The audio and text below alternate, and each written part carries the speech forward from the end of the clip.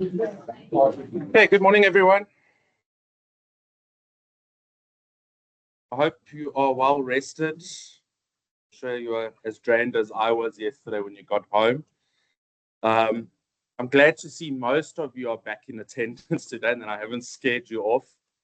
I do apologize for trying to get into Fort Knox this morning if you experienced difficulties accessing the office park. I know security was being a bit difficult, but I am glad that you've managed to get here. Before we get started, there is a register doing the rounds again, if you won't mind completing that just for my submission to the PB and SIPL.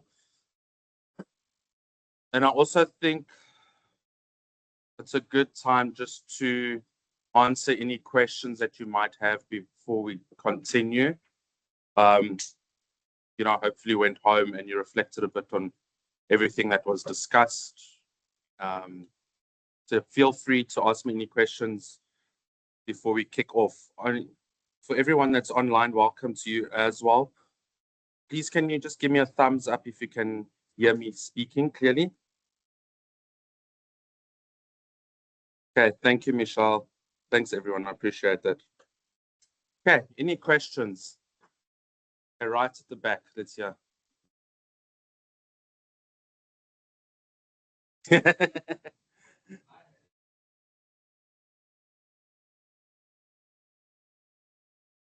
Okay.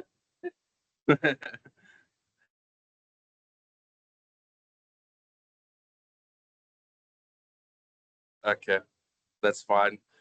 Okay, so our colleagues was joking about my nightmare yesterday, saying that he's had one himself about the PCT timeline. So I do think it is a good opportunity to go through that timeline, especially whilst our minds are still fresh. A lot of the work today is very theoretical. It is quite easy to understand. So we don't need to delve into, the nitty-gritty of a lot of the work that we're covering today. So it will go a bit easier today, and hopefully we can finish off about an hour or so earlier, depending on how it goes. So we'll touch on the PCT timelines again. Then there was a question posed to me yesterday regarding the case law relating to what is a public disclosure. And I did mention that it is the Brickcore case. The full citation is Macaulay Corporation versus Brickcore Precast. So I was somewhat there. And what was held in this judgment, sorry, camera guy, puts my slide, my paste over the camera. What the judge had found in the Court of the Commissioner of Patents when he was presented with the question as to what does it mean when something is made available to the public. He stated that as to what is meant by this expression, made available to the public, will depend on the facts of each particular case. If the invention deals with a highly involved technical subject, the word public must mean something more than the ordinary man on the street. And I think it means those persons to whom the specification is addressed. Similarly, the question whether the material is available to the public would appear to cover the concept that it is available to the public anywhere in the world. So that we know. But what the judge is saying that it has to be considered on a case-by-case basis, and it is more likely related to the people to which that specification speaks. So somebody that would actually understand that disclosure. Okay, so it is still quite subjective. So you have to tread with caution, and also tread with caution when advising clients not to disclose. That is the pretext of novelty, is that there isn't any disclosure. So you don't want to go into a gray area when it comes to disclosure. So whenever you do advise clients, if one day you're standing up here and lecturing in my place, or at IP awareness at universities, WIPO summer schools, all of that, the duty is on you to emphasize not to disclose anything until you have your patent application filed. Okay. Question, yes.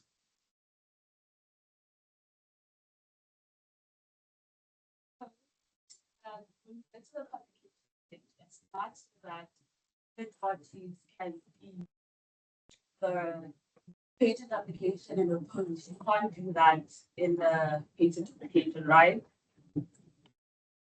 Can't oppose. You can't oppose the grant of the patent. Yeah, so in South Africa, the question is whether once the patent is granted, if there is opposition to the grant. South Africa's current legislation doesn't permit for the opposition to grant. Okay. The only time the third party can attack the patent is by instituting revocation proceedings. Okay. So that means that when it's published, then the patent is registered. That's granted, yeah. Synonym would be registered. Yeah. Okay. So that is the time from when, once it is granted, that is from when a patentee can enforce those rights. But even so, the Patents Act, and we'll touch on it shortly, there is a 9-month moratorium from the date of grant from which you can institute infringement proceedings, unless there is cause to institute proceedings sooner. But we will get to that. So is everyone happy for us then to have a look at the timelines again? Okay, I'll take the silence as confirmation that that's okay. Sorry, Catherine, I see your hand is raised. Do you have a question? No, sorry, sir. I just wanted to give a thumbs up and Okay, I clicked the wrong button. Thank you. No, that's fine. And for the people online, I know that this is not the most flattering angle of me on the camera. I'm not, it's better to be like that. You don't get the double chin in. Okay, let's get to the correct slides then.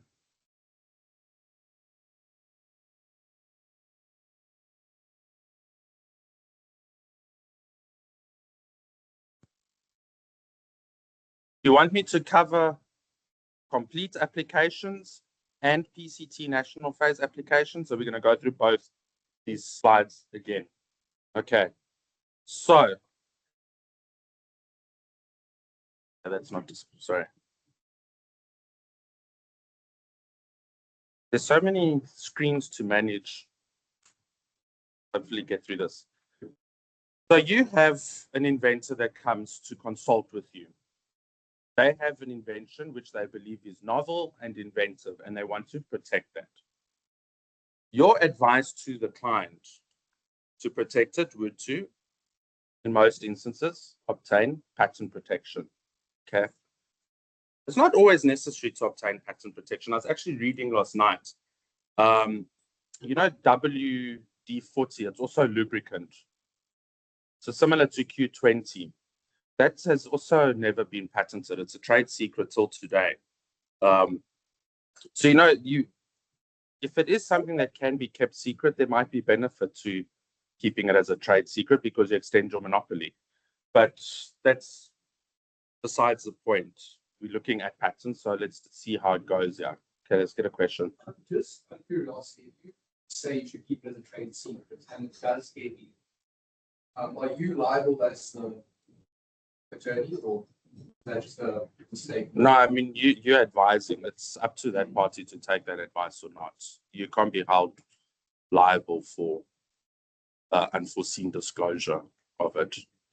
Yeah, it's the applicant would need to consider. You can tell them what their options are. I would never tell them exactly, you must do this. So stay clear of that. You are there to guide them and to present advice as an attorney. You're not there to make the decisions for them. And that's something that also as a patent attorney, you must be very careful of when you are writing a patent specification. You are not the inventor of that invention. So you must not add into that specification something that was not invented by the inventor. Okay, that's not your role. Your role is to draft the specification that protects the invention that the inventor has come up with. You're not there to invent. Okay, you can possibly advise a client on or ask them, have you considered A, have you considered B? But it's not your role to be the inventor as a patent attorney. Okay, so we are advising our client to seek patent protection. Now, there are various routes that they can follow. They can file a provisional application to secure a priority filing date. A provisional application does not grant you rights. It only provides you with the filing date to secure the date from which novelty and inventiveness are assessed. So everything before that date is considered prior art.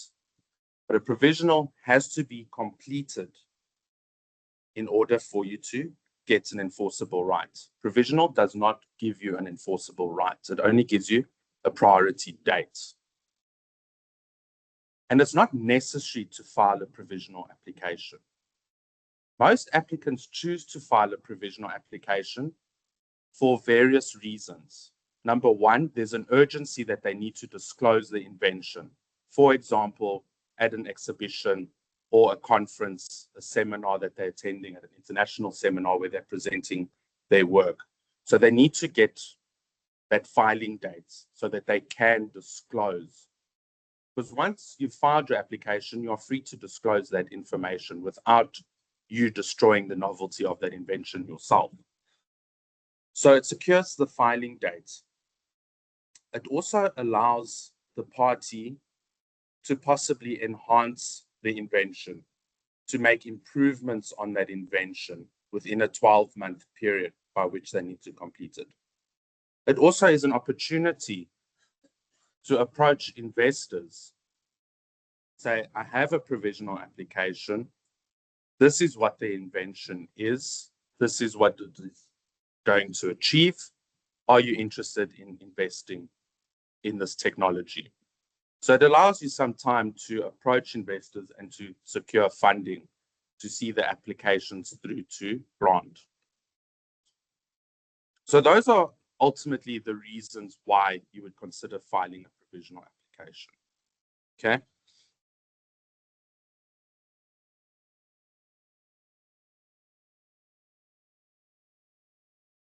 Now, sorry, Marco. yes. Yes.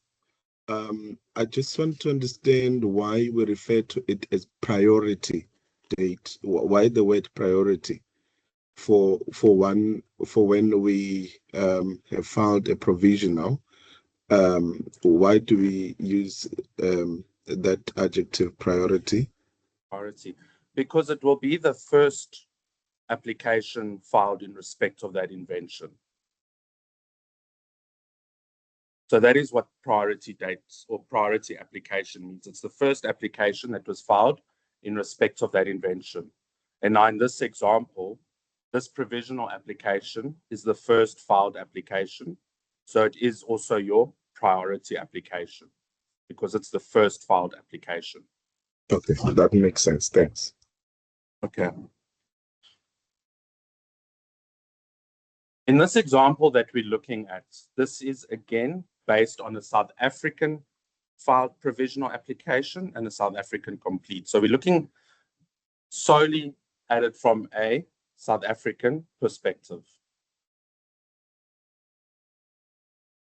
So in terms of section 31, the applicant must then complete that provisional application. So they need to lodge a further application at the patent office within 12 months if they filed a provisional application. If you didn't file a provisional application, there's not going to be any claim to priority. That complete application will then be your priority application. It will have your priority date. It will have the filing date. All those dates will then be the same for the complete application. So you have 12 months within which to file the provisional to a complete application. So it's a new application form that is submitted to the patent office. In terms of the Act, there is a further 3-month extension available. So instead of 12 months, you can file within 15 months. But it's only applicable in this scenario where it's South African provisional and a South African complete.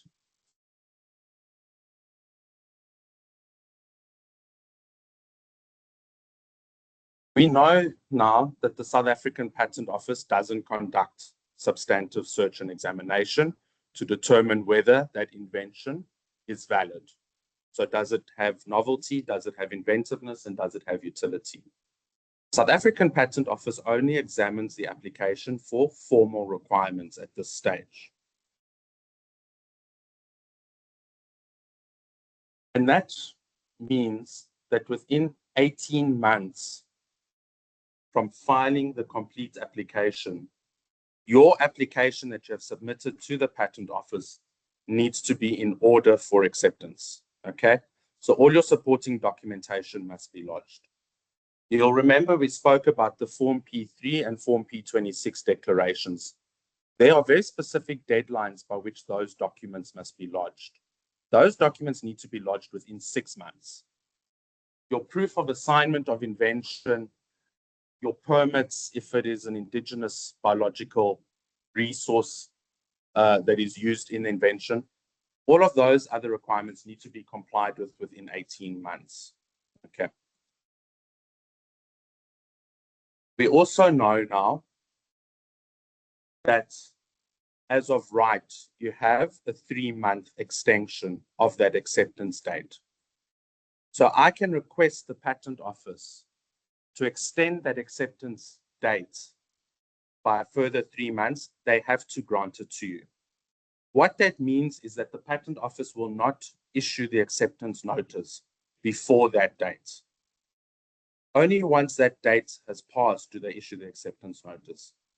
So it's basically a placeholder to the Patent Office. So please don't accept this application. Then further extensions can be requested. In practice, they're requested in 12-month increments. Okay, but it is dependent on what the applicant requires, but generally it is 12-month extensions that are requested at a time. Now, who can tell me again, what is the main reason why somebody would want to extend the time when acceptance is issued? Now, put up a hand and give me a proper answer. Okay, great. What about it?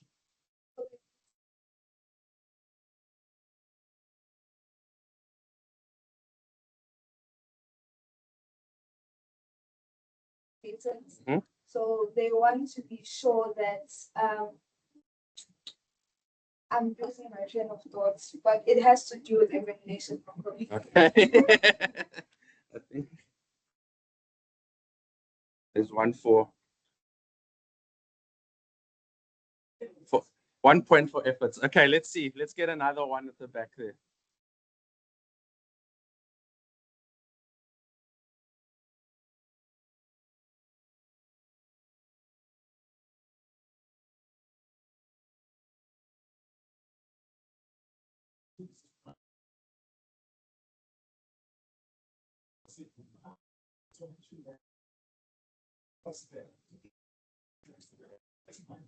Okay, now we're mixing PCT and complete and examination in corresponding. Okay, let's see. Okay, this lady in front here. You basically want to make sure that your application is inventive. Okay, just inventive. And also it is Okay. So how are you going to make sure of that?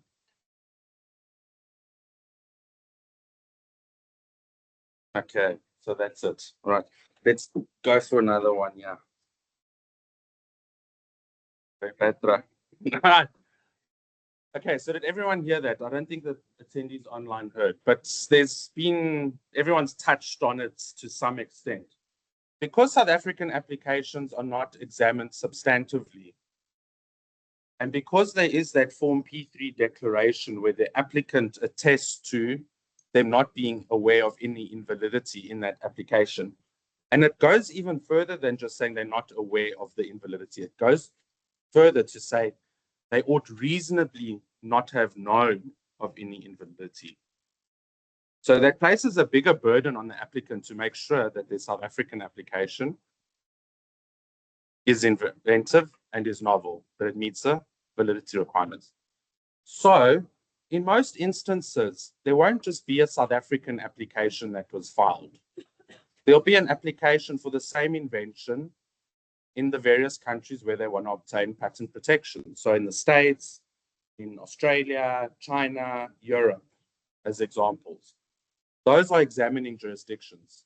So they will await examination to take place in one of those countries, where they'll be issued with an examination report, and that will then guide them as to the validity of the invention and whether any amendments are required to overcome those objections.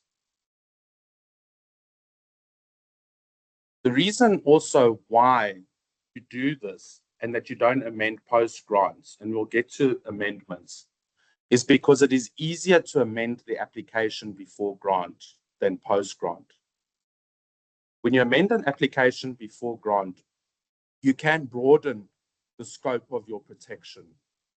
When you do it post-grant amendment, you can only narrow the scope of protection. You can't broaden it. You can only narrow the scope of protection. So that is why you also want to keep it pending, so that if there is an amendment that needs to be made and it can be broadened, then you'd rather do it before grant, because you can't broaden it after grant. Sorry, I have a very itchy nose. Yes.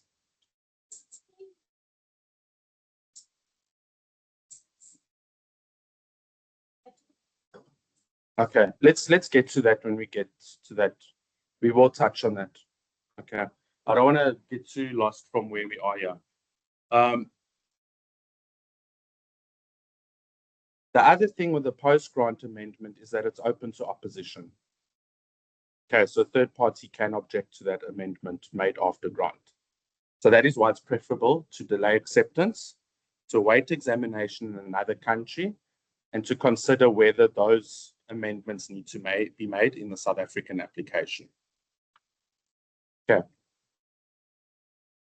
So if amendments have then been made to the application, and that dates, the acceptance deadline has passed, the Patent Office will conduct their formal examination. They will issue the notice of acceptance. And then the applicant needs to ensure that the acceptance of the application is published in the Patent Journal. And that has to be done within 3 months of filing the application. Okay.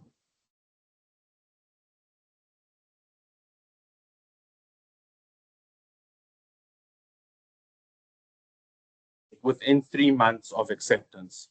Okay.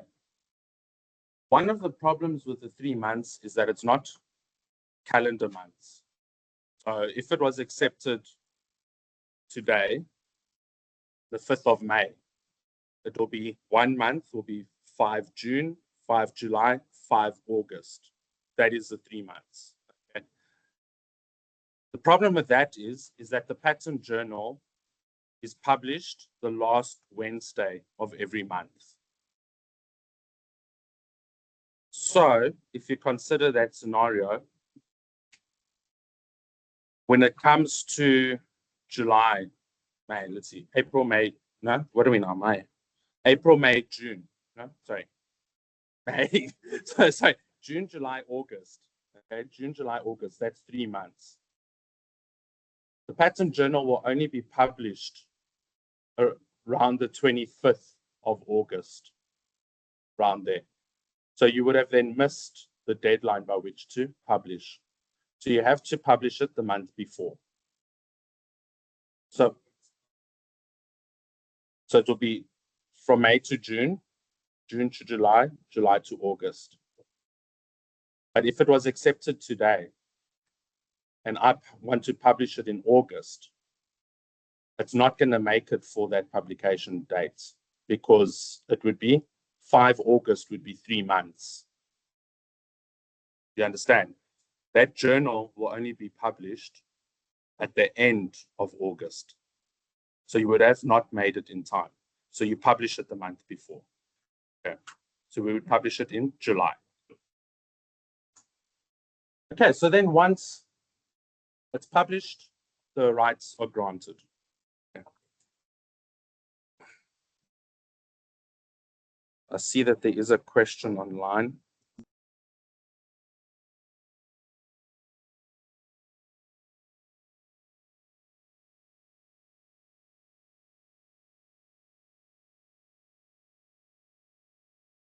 Okay, do reasons have to be provided to the registrar if the 3 months are missed or extended? I think let's leave that for later on. We are going to look at case law that deals specifically with that topic. So we'll address that question then once we get to the acceptance section. Okay. Okay, so is everyone comfortable with this? Right? What is the filing date for this application?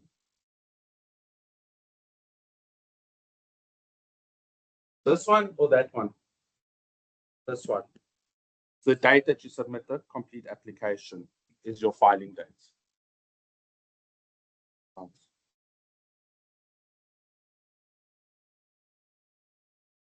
And the same applies if it's a priority application or a South African complete application, but you're claiming priority from a foreign application. The only difference is that you don't have the 3-month extension within which to file the priority, within which to file the complete application. Okay. So remember in this example, it's a South African provisional application. So the client filed or your applicant filed the application in South Africa first. What if it's a foreign company who's invented the invention in America? Okay. They filed an American priority application, but they want to protect that invention in South Africa. They're going to claim priority from the American application, right? That 3-month extension is not permissible in that instance, because then it's the Paris Convention that comes into play. This is legislated in the Patents Act, that you have 12 months and a 3-month extension. Where you're claiming priority from a foreign application, it's the Paris Convention that regulates that timeline, which we are party to. There's no 3-month extension. So guys, be very aware of that, because this almost always comes up in the exam. Question, yeah.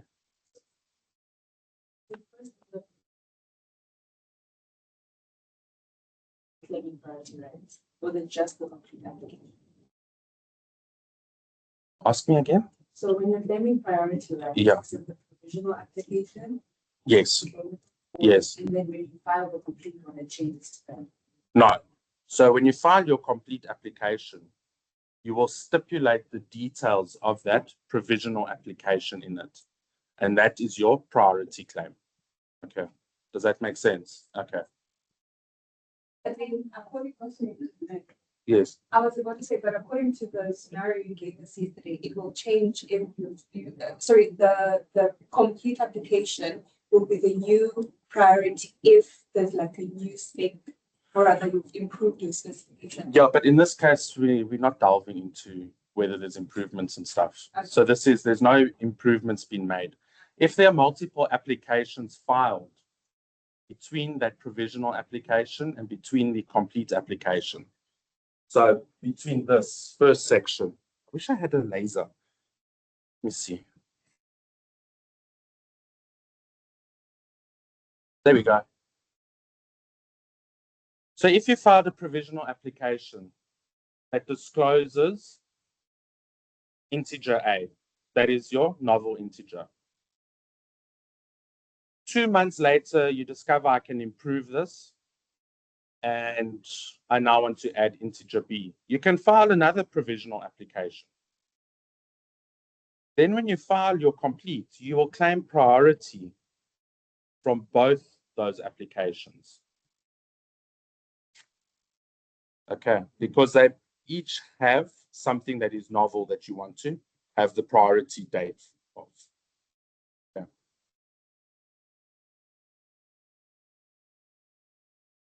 The difference between when you say priority date and filing date. Yeah, so priority dates is when the first application was filed in respect of that invention. So if you file the provisional application, that Yes, that will be the priority date. is the complete. If you file only a complete application, and there's no provisional that was filed, you don't claim any priority, then that is deemed to be your priority application. The complete is then deemed to be the priority application. Okay, priority means the first in respect of that invention.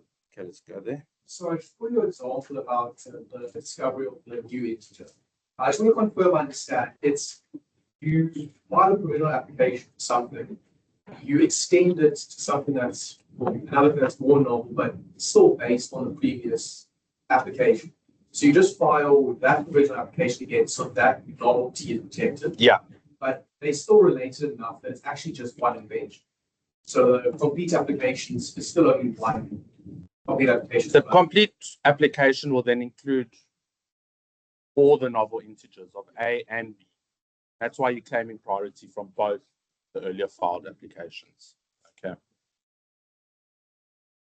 Yes. A and B, that means the patent's going to have 2 priority dates. If there are 2 previously filed applications, yes. There'll be 2. There will be 2 priority dates. Yeah. What are the consequences of missing that 12 months to file the complete application for foreign countries? If you miss the deadline by which to file, then you've lost your rights. If you had disclosed what is in that provisional specification. If you never complete the provisional application, so if you haven't filed the complete, and the time has passed, the 12 months have passed, say you're 2 years down the line, you've never filed a complete application, and you've never disclosed that information that is in the provisional application, then you can refile it. It's still a secret document. Nobody knows about it. Okay. But if you have missed the deadline and you have disclosed what is in that provisional specification, then you can't do anything. You've lost the novelty. You've destroyed your own novelty. Okay. Okay, we all happy? Everyone online? I hope you're happy too.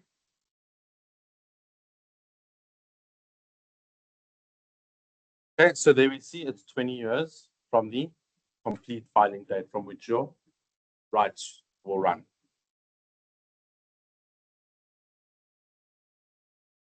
Okay, we'll skip past that one. Okay, so then let's go to the nightmare of the PCT and national phase applications. So in this scenario, you have again filed a provisional application where you originate from. So I'm a South African, I'm a South African inventor. I filed a South African provisional application because I want to buy more time in order to consider improvements, to get investment, whatever the case may be. But my intention is to obtain protection in other countries as well. And I want to have a good indication of whether it is worthwhile seeking protection in those countries before spending copious amounts of money in attorney's fees, in official fees, in search fees. In terms of the Paris Convention, you have 12 months within which to file your PCT application. Now remember, your provisional application is always optional. It's not a mandatory application in order to file a PCT application. So you can file a PCT application in the first instance, which will be your priority application then as well. Okay. But I'm taking you through the whole scenario of what is possible. So you'd file your provisional in terms of Paris Convention. That PCT application must be filed within 12 months. Then 16 months, yes. This provisional application, is it the one that we file through the internet, the PCT system, but in the South African designated office? or it is an application that I file in South Africa in the ordinary course? So it would be a national application that you filed within that country's national law. So within the ordinary course of filing the application. So the provisional application has nothing to do with using the PCT system. You can't file a provisional PCT application. So it would be the application that you filed in South Africa.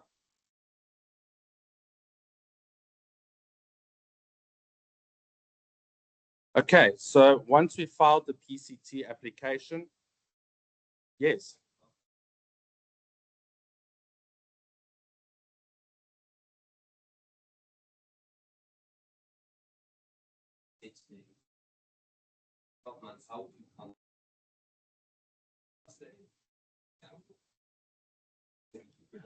Okay, so the question is, how is that date calculated? So if today is the 5th of May, 2026, I have to file that application by 5 May 2027 or on 5 May 2027.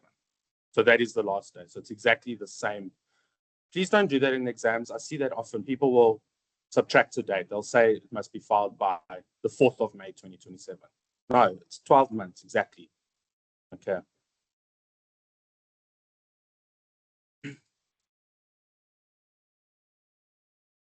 So then within 16 months, ordinarily, this is not a hard deadline. This is just more timeline of how the PCT functions. There's no deadline by which the search report must be issued. There are guidelines.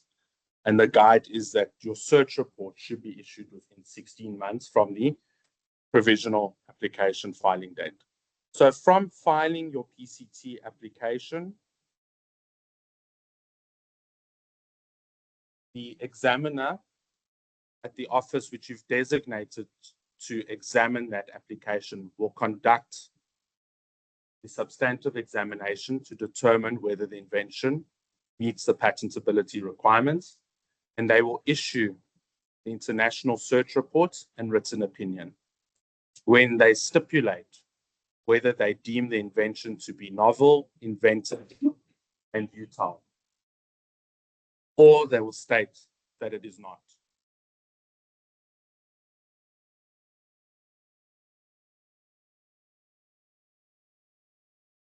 Do you want me to show you what the search report looks like?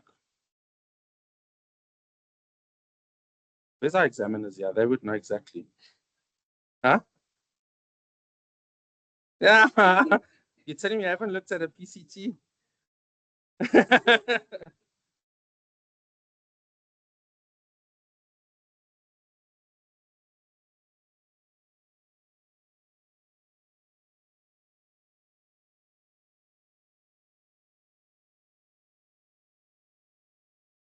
A complete PCT application without a provisional in the origin country. So we won't call it a complete PCT application, but you can file the PCT application in the first instance. So you don't have to claim priority from any other application. You can just file a PCT application directly. Yes, sorry. Then after the PCT application is filed, you have got 6 months from the date of filing in South Africa to do what? That 16 months is for examination. No, so remember I just said that this is not a hard deadline. This is just an indication of when you can expect the search report to be issued. Yes. So but it is ordinarily the Yes. examiner will, within 16 months, issue the search report. So that would be 4 months from filing the PCT. They would have examined the application. Yes, thank you. Okay. Just give me a moment whilst I look for a report.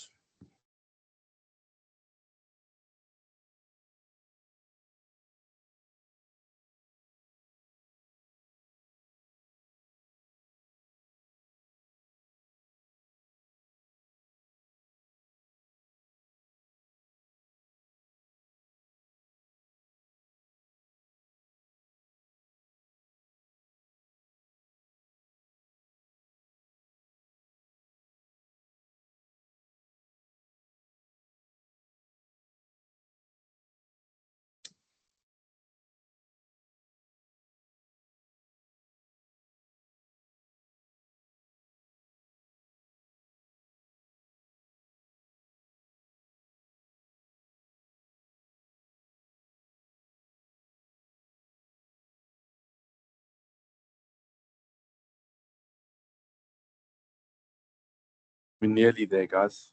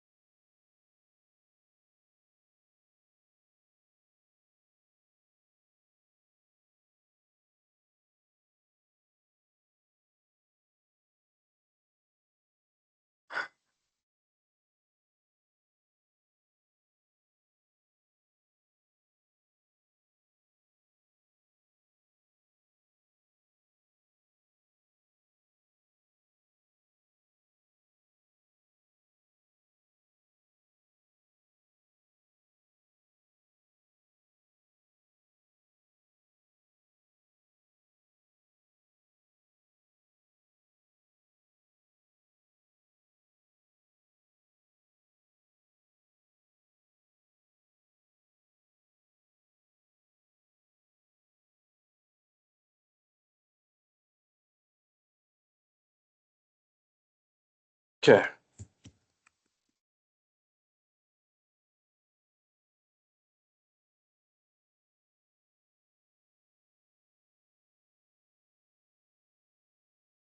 Okay, so the website that I've accessed now is Patent Scope, which is WIPO's database of where all the records are then published for the PCT applications. This PCT number that I've typed in is the international application number. Okay, so it's PCT, designating that it is an international PCT application. KR being for Korea, which means that this PCT application was filed through the Korean Patent Office. It was filed in 2024, and then with an identifier as a suffix.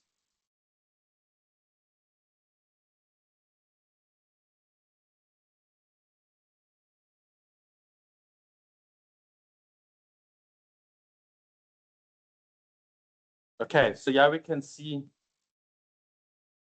the application number over there, the international filing dates, that's the date on which the application was filed. The classification, so the technology that the invention relates to. So every application needs to be classified according to what technology it is. So there we can see what that classification relates to when you hover over it. So this is a metallurgical type of invention. These are just different classification systems that are used. Then we can see who the applicant is, Korea Zinc, along with their address. This was, because it was filed in Korea, the specification and everything was filed in Korean. So just excuse all the Korean text. Yeah, we can see are two applicants. It's both Chemco and Korea that are the applicants. So they both own the rights into this invention and into the application. Then you've got your inventors that are listed, and then who the attorneys of record are for the PCT application. And here's your priority date. Okay, so this PCT application is claiming priority from a Korean application. That's the application number, which was filed on 21 December 2023. So that's the priority date, 21 December 2023. Now we know the PCT had to be filed within how many months? 12 months, correct. So let's check. Was this filed within 12 months? Was. This is 17 April 2024. So it was filed just before the 12 months had expired. Then there's also an abstract for searching purposes. So if ever you're looking to determine if there is an invention related to this technology, you would use the abstract and publication drawings to have a look to see if there is something similar out there. Okay, so that's just the bibliographic information relating to this PCT application. But if we go to the documents, we will have a look for the written opinion. So here's the written opinion, but that one's going to be in Korean. So let's see if we can find the English version. I can't. Let's see. Maybe that one is in English.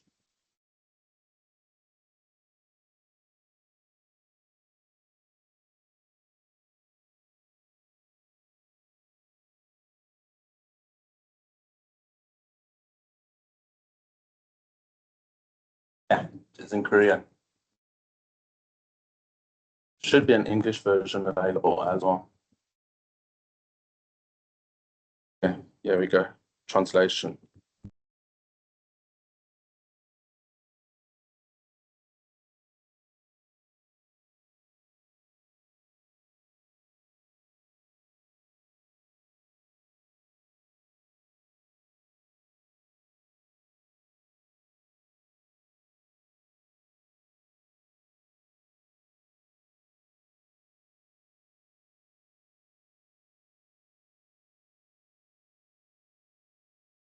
Okay, so here we've got our search reports.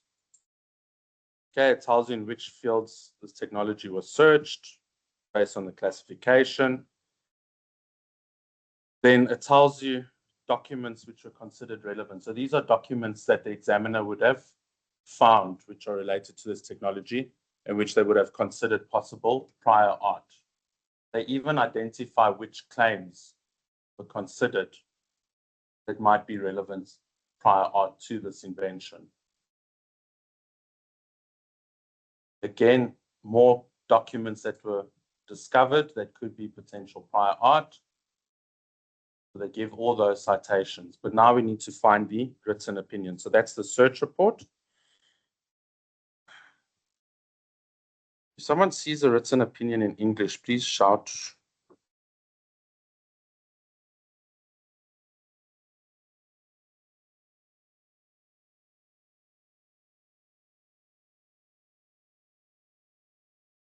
Yeah, in Boston, it's for the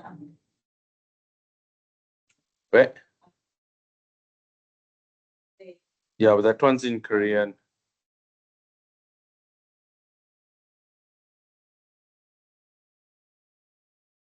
Oh, sorry. Oh, gosh, now I really chose the wrong case to look at.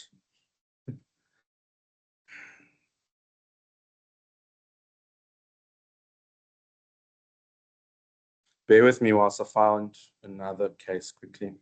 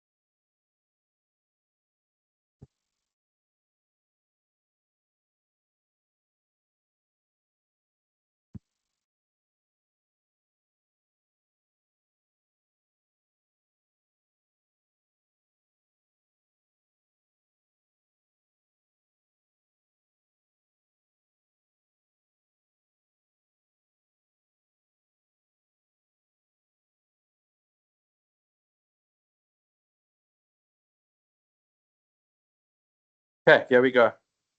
So we're looking at a US application or a PCT that was filed in the US as a receiving office, because you can see the US designation there. So that was the receiving office.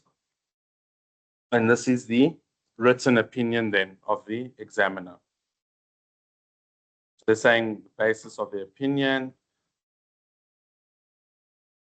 is in respect of the application as it was filed.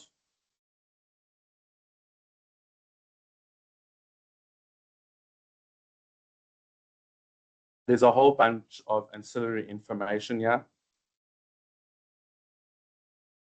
But then you can see other questions, whether the claimed invention appears to be novel, to involve an inventive step, or to be industrially applicable, have not been examined in respect of those claims. Because the claims, I'm choosing the most difficult inventions now. So they're saying they didn't examine all the claims because they're inadequately supported by the description. So they're stating that there's no fair basis for the claims in the specification, which in itself is already a problem.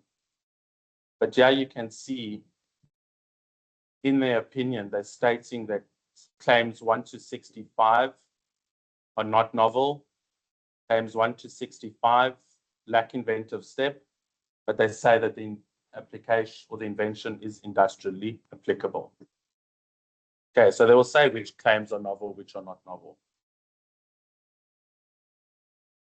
And then their opinion. The present claims relate to an extremely large number of compounds for Formula One as possible borane reducing agents. And they write out their entire opinion as to why they deem it not to be novel and inventive.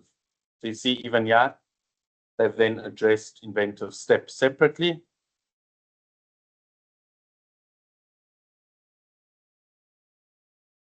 Everyone happy with that? So this is what your written opinion then looks like. Okay. Good. So this is what you will get at this stage. So based on that opinion that I just showed, you could see everything was quite negative.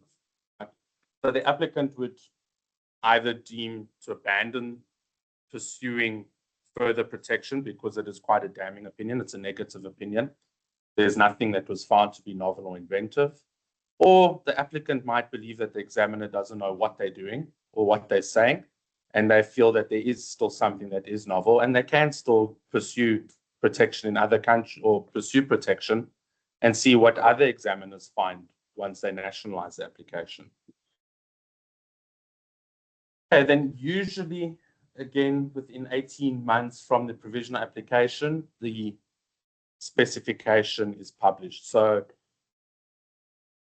this also then comes down to novelty destroying disclosure, because it is now a public document. So you need to be aware that whatever is disclosed in that PCT application does become public knowledge. Yes. Yeah, if from the search report, for example, this was negative like one we had. Yeah. So can you tell them not to publish? You can request a delay of publication, But they always publish. but they will always publish. Whatever they say. Yeah. There is the possibility of also withdrawing the PCT application so that it doesn't get published, but you have to ensure that you lodge that request before there's any publication. Okay. And remember, these timelines, 16 months, 18 months, 22 months, are more guidelines as to when everything happens. There's nothing for you to act on as the applicant by that time. This is the timelines that the PCT follows, more or less. Okay.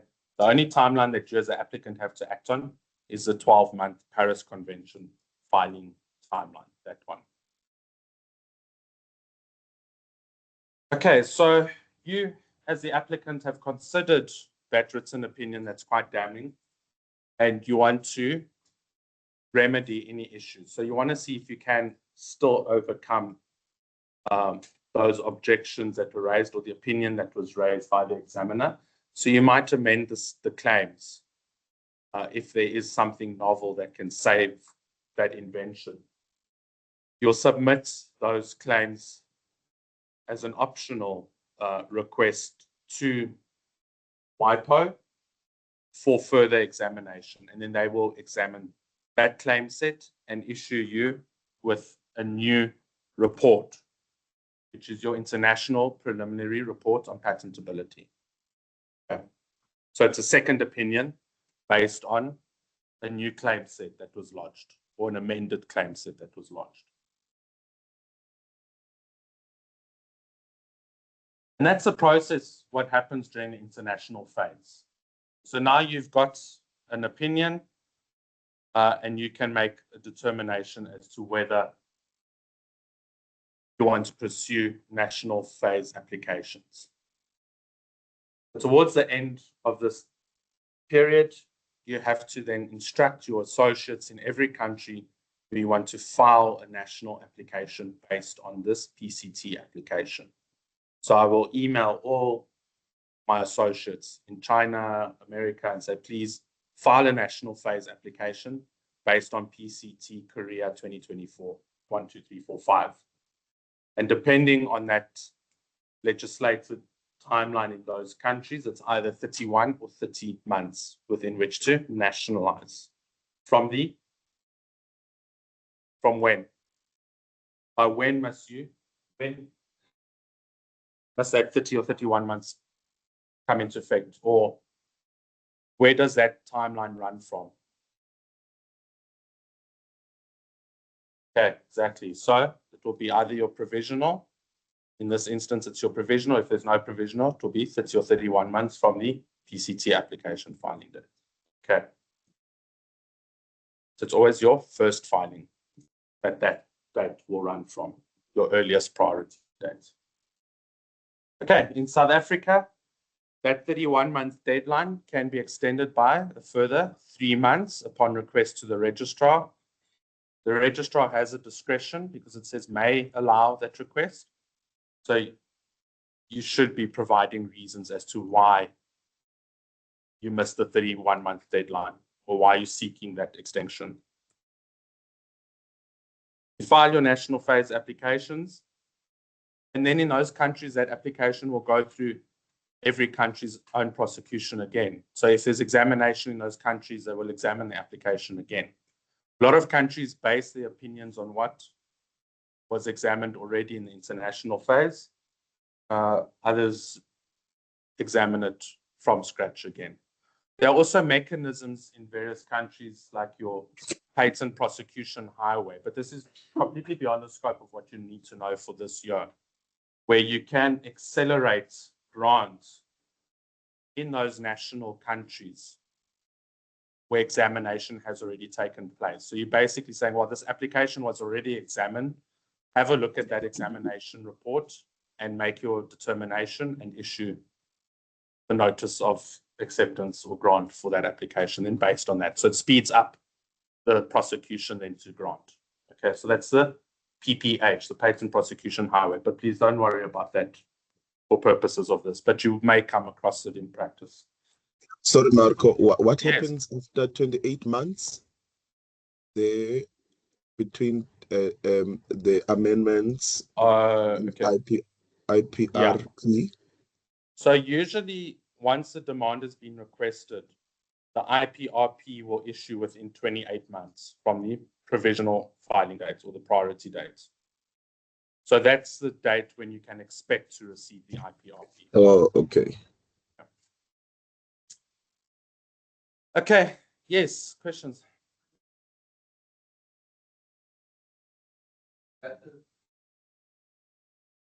No. A patent prosecution highway is an arrangement between various patent offices.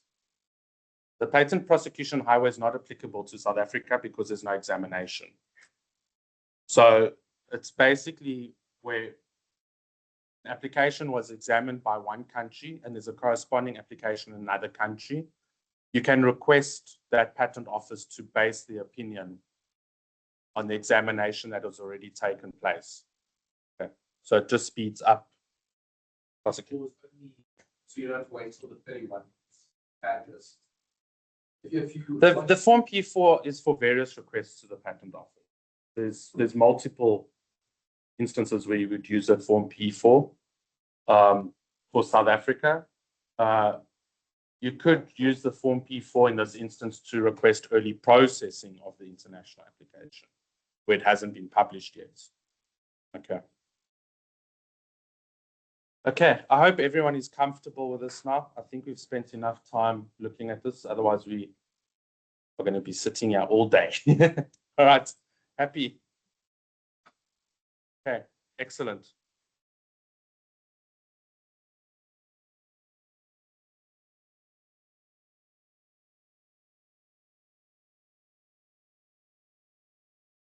Okay, so this is where we left off yesterday, conversion and post-dating.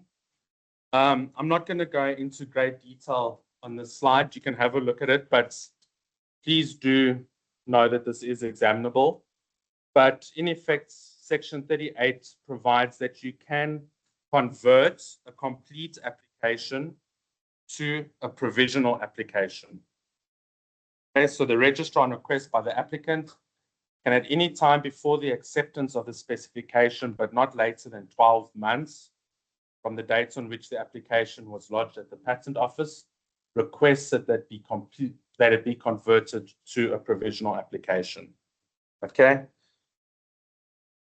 You can also ask the Registrar of Patents before the acceptance of a complete specification to post-date that application. Okay, but that has to be done within specific timelines. And if there's a priority claim, you must still ensure that you have a valid priority claim. So you can't post-date the complete application's filing date where you would lose your 12-month priority claim. Okay, so just have a look through that slide. Again, I'm going to pass through provisional applications examination. A lot of this we have covered already, so please just have a look at these provisions in your own time.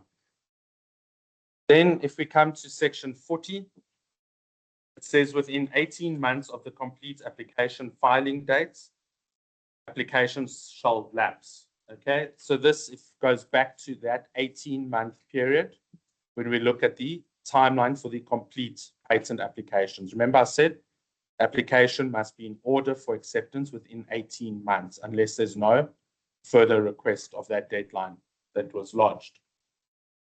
So that's where that provision comes in. The application shall lapse. So if you haven't met all the formal requirements within that deadline, the application is lapsed. It can be appealed. It won't lapse if the delay was not due to the applicant's omission. Okay, so that is in a case, and this happens every day. You can imagine the Patent Office is processing hundreds of applications a month, thousands of applications in a year. They may not necessarily have enough resources to formally examine these applications, so there is a delay in issuing acceptance notices. At the moment, we're receiving the acceptance notices quite timelessly, which is excellent, but there are sometimes delays by which that acceptance notice issues a few months after the 18-month deadline. But that doesn't cause the application to lapse because it's not the applicant's fault. Again, we know that that period can be extended. So the first 3 months simply on request, and it must be allowed, and then any further period must be on good cause shown. Then as soon as the registrar is satisfied that the application complies with the Act, and unless there has not been a request to delay that acceptance date further, the application is then accepted. Just important to note, when it comes to that acceptance deadline, so the 18-month deadline, that 18-month deadline is applicable to complete applications. For national phase applications, the deadline is 12 months. Okay.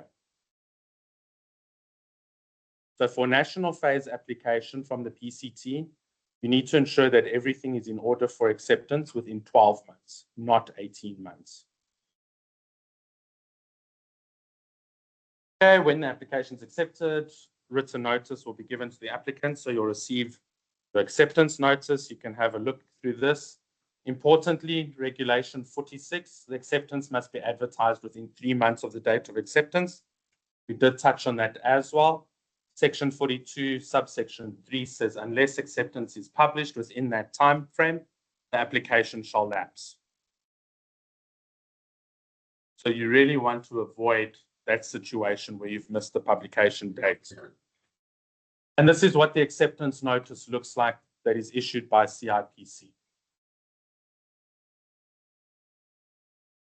Now, two very important cases, University of Pretoria versus the Registrar of Patents and others, and also the New Mechanicos case.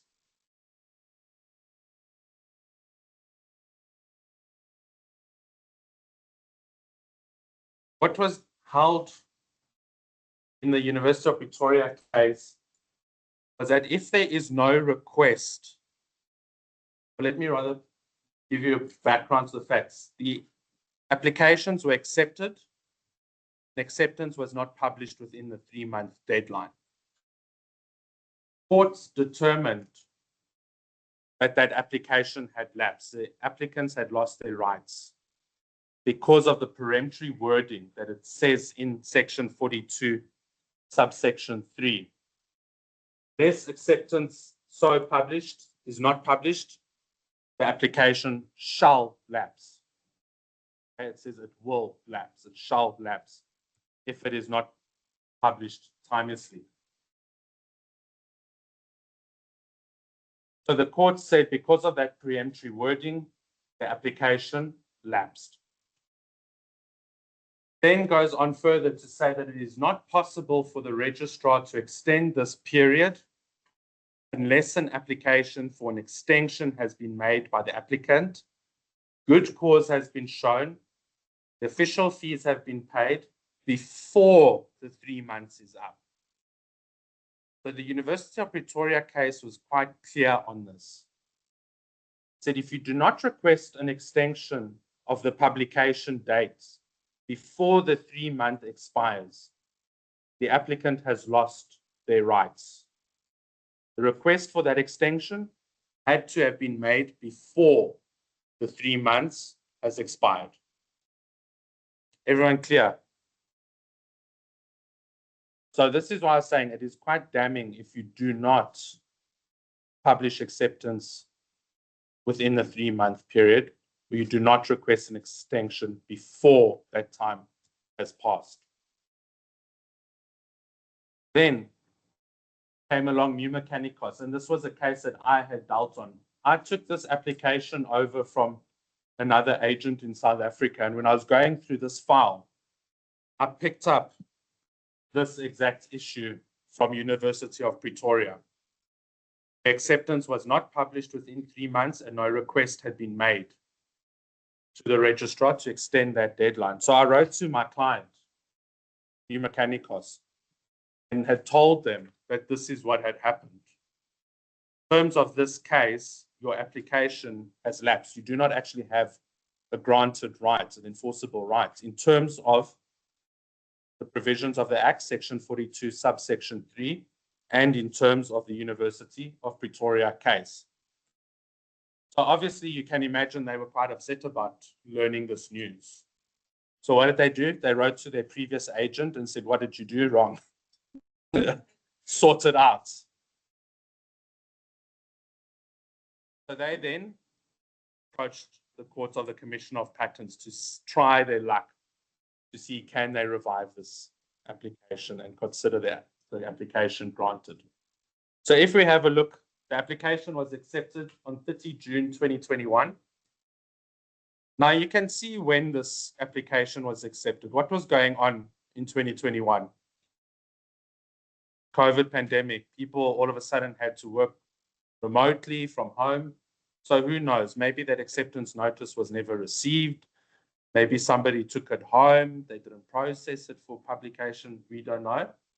But it was accepted during that period where everything was upside down. But it was published on 27 October. So let's count. From 30 June to be 30 July, 30 August, 30 September. That is when this case needed to be published by, but it wasn't. It was published only at the end of October. So they missed it by a month. It's not a big delay, but in terms of the Act, and in terms of the University of Pretoria case, the application had lapsed. As soon as the agent was made aware, the previous agent was made aware, they requested an extension of time after the 3 months of acceptance had published, after that period had passed within which to publish, okay? Because they would have had to make this request for the extension of time before 30 September. They should have made that request in terms of the University of Pretoria case. And you can see the registrar refused. So the application was made to the registrar. The registrar at the time refused that request and based the refusal on section 42.3, regulation 46, and the University of Pretoria case, and said, I cannot allow this request based on what the law currently states. But then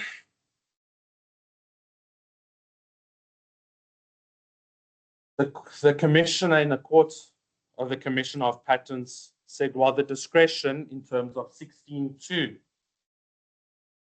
has a discretion to extend timeline where it is prescribed in the Act. So this basically said that while you still need to show that an extension was lodged, you still need to show good cause as to why you require this extension. But they are saying the registrar has a discretion to either allow or refuse it. And the judge, the Court of the Commissioner of Patents, overturned the registrar's decision at the time to say that request for extension of time is allowed retrospectively. Okay. So basically it is saying you can request an extension after the 3-month period by which to publish, but the discretion is with the registrar. In this case, the judge overruled the registrar's decision. That might not always be the case. The court might, based on the facts of the matter, agree with the registrar's discretion. Okay. What do you think about this judgment? I'd like to hear your opinions. Yes, Do you think sorry. it's a good judgment? Do you think it's not a good judgment? Sorry, can I please interpose? Okay, let's hear quickly. We've got a pause. Yeah.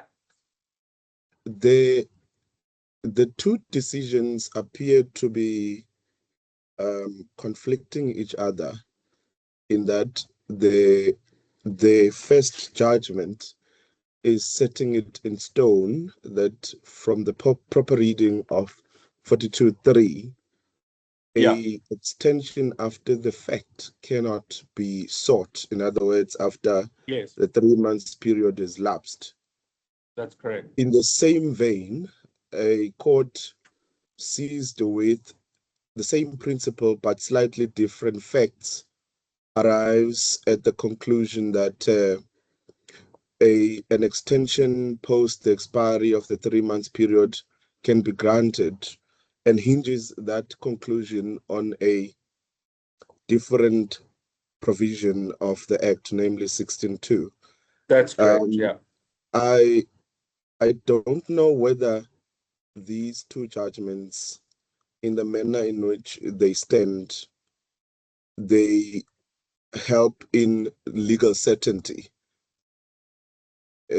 or perhaps the position is, I mean, how many, what is the possibility that we may find ourselves in the same position as in the second case, where, for example, the court would have been convinced by the fact that there were intervening unique circumstances in 2021.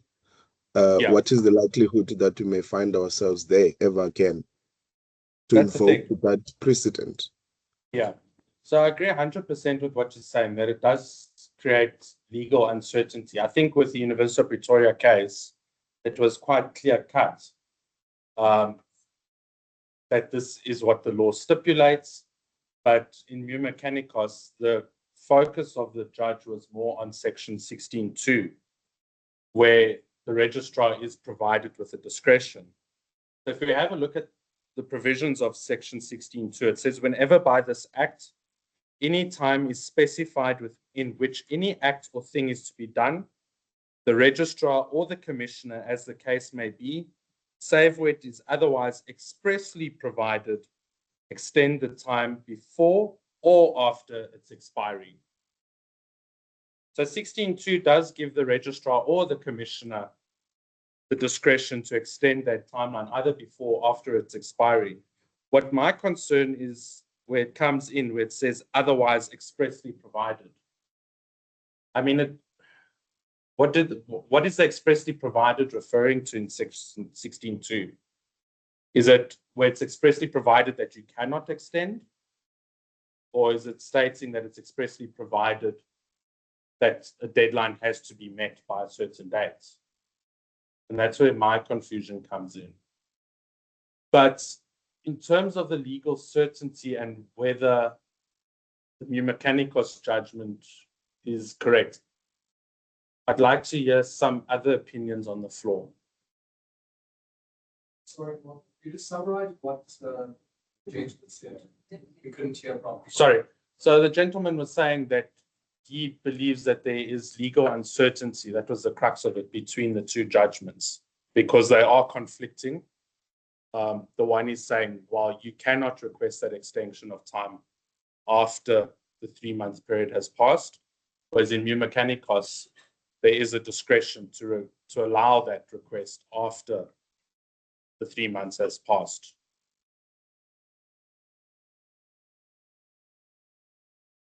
What do you think? It's not right or wrong, yeah. Well, it's possibly wrong, but okay, let's go. I want to agree with this particular one, but particularly for the circumstances that exist in this case, because it was COVID. So possibly you could have argued that there was a force majority. Yeah. Okay. Yeah. So I think in terms of the circumstances, the facts surrounding the lapsing of the application, perhaps that does persuade the argument that the registrar should have allowed the P4 request. Okay. I don't agree. Okay. I just feel like the section 23 is quite clear cut. There's no ambiguity. It's very straightforward. I just think it was negligent on both of the attorneys acting on both of the Mechanicos. Okay. And I also just think that I hear the COVID circumstances, but they only requested the extension 2 years, almost 2 years after. Yeah. You know, they were made aware of the fact. By me. So, and I just think the registrar has a discretion under a section that is quite clear cut, and you know, then it feels like, well, they can just do it with any other section of the act. So I don't know. Okay, so for the benefit of those that are online, the response is more black and white, saying that section 42.3 is quite clear that if you do not request that extension and it's not published within time, the application shall lapse. So not really taking into account the circumstances that led to the lapsing of that application. Okay, over here. So for this example, I agree that I think the application should have lapsed based on the fact that it was the extension of time only basically 2 years later. Okay. So their rights for anyone scrolling through patents weren't there. Yeah. So I know it is accommodated for in the act, but an inventor or an entrepreneur could have taken that invention and used it because there were no rights being protected. Okay. So the fact that there were no rights for 2 years gave a lot of time for someone to use that invention to move that into industry. And now if they've now gotten their rights, it caused a lot of legal issues with the remunerations for those people that Okay. Excellent. And that's one of my biggest gripes with it. So I'm not going to repeat what you've said for everyone online because I'm basically going to say the same thing. One of my gripes with the Mu Mechanicos judgment is that there is a time period that has passed, right? For a third party, a member of the public, in terms of the readings of the Act, that application had lapsed. And that application would have already been open to public inspection. So they would have thought they are free to use that invention, they are free to manufacture it, they are free to import it. Because in that member's eyes, the member of the public's eyes, that application should not have granted. There's no actual rights. The application should have lapsed in terms of section 42.3. So what do you do now in this instance where somebody has started manufacturing that invention or the product of that invention? They've started importing it. They've gone into distribution agreements, expended a whole lot of money, employed people to manufacture the product of that invention. And now all of a sudden, after 2 years, the court is saying, no, well, it was COVID. Let's allow that request. The rights were actually there. You know, so it doesn't create certainty for the public. But there's also the conflicting argument that the Act says that the registrar and commissioner must act in a manner in which to preserve patent rights. So it's a toss-up. I don't know what the correct answer is, and I don't know how that would actually be dealt with, where a situation arises where somebody has started using that article under the pretext that they are not infringing, but then in fact they are infringing because the judge changed the ruling of the registrar. It's an interesting one. Yeah. Happy? Yes, sorry. Yes. Is there perhaps any commentary that one can consult to better understand the language used in 16.2, particularly where it refers to save where it is otherwise expressly provided? Yeah. Look, I mean, that we can have a seems to look be, at, yes. we can have a look at Burrells to see what it is. I have tried to look at it, but I haven't spent much time on it, to be honest with you. But Burrells would probably be the best place to consult.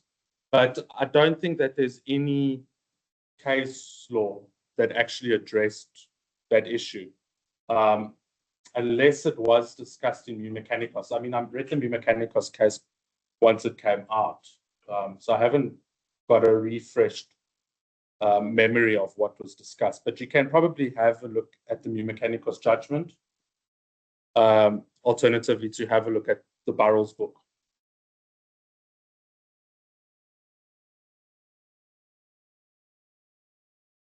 Okay, so let's move on then to section 43.1 to section 43.3. And this question has popped up quite a bit yesterday, is when does an application become open to public inspection?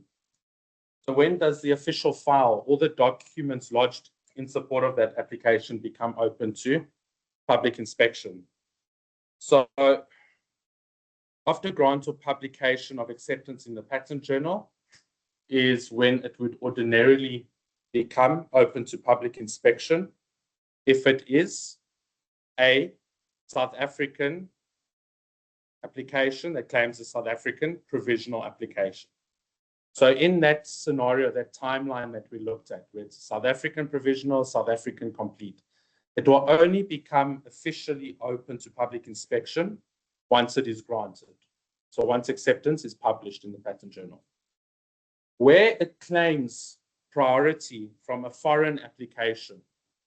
So I filed a complete in South Africa, but I'm claiming priority from an Australian application. That file becomes open to public inspection within 18 months of the priority date. Not upon grant, within 18 months. So in most cases, that file will be open to public inspection, or you can access the documents before grant already. I mean, if you think about it, if you've got 12 months within which to file your complete, it will become open to public inspection around 6 months after filing in South Africa. Then for national phase applications, those applications are published on patent scope. So they're already open to public inspection. Once they nationalize in South Africa and the PCT is published, they are then open to public inspection. Okay, you can have a look at the remainder of the provisions on that slide. Then in terms of sealing and grants, it just states in section 44 that the patent is to be sealed as soon as practicable after publication. And then the sealing, so once they actually bind the letters patent documents at the patent office, that is effective as from publication. The patent has effect as from the date of publication. So from the date of grant, the rights are enforceable. But as I said, proceedings for infringement may only be instituted 9 months from grant, unless the commissioner grants leave to institute proceedings at any time after grant on good cause shown.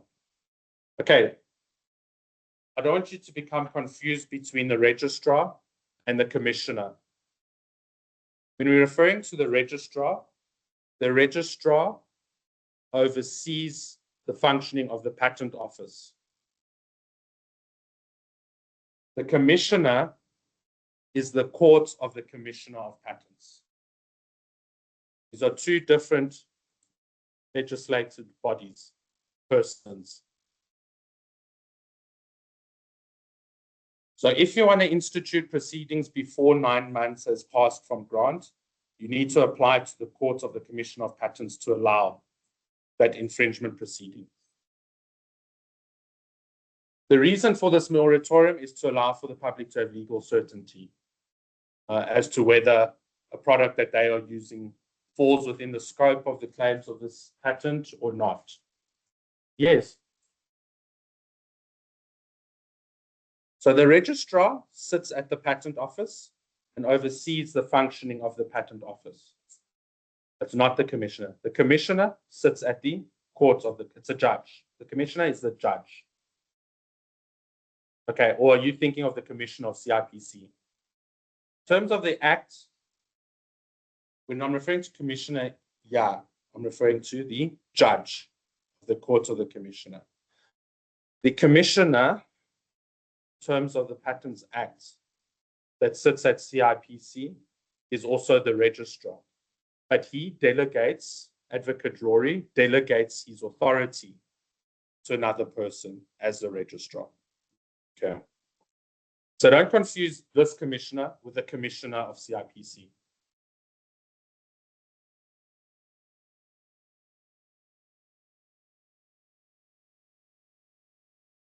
Okay, so that's just an illustration of what the patent journal looks like that is published electronically. There's the bibliographic information, the abstract, and the publication drawing relating to that invention. So yeah, you have a process for recycling multi-compartment units, those articles. So I think that would be for recycling like a tablet dispenser. And yeah, you can see the applicant is Procter & Gamble. Now they're the patentee.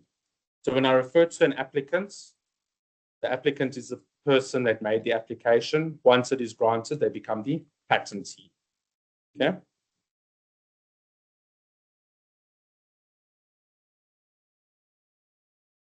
I think let's break for 15 minutes.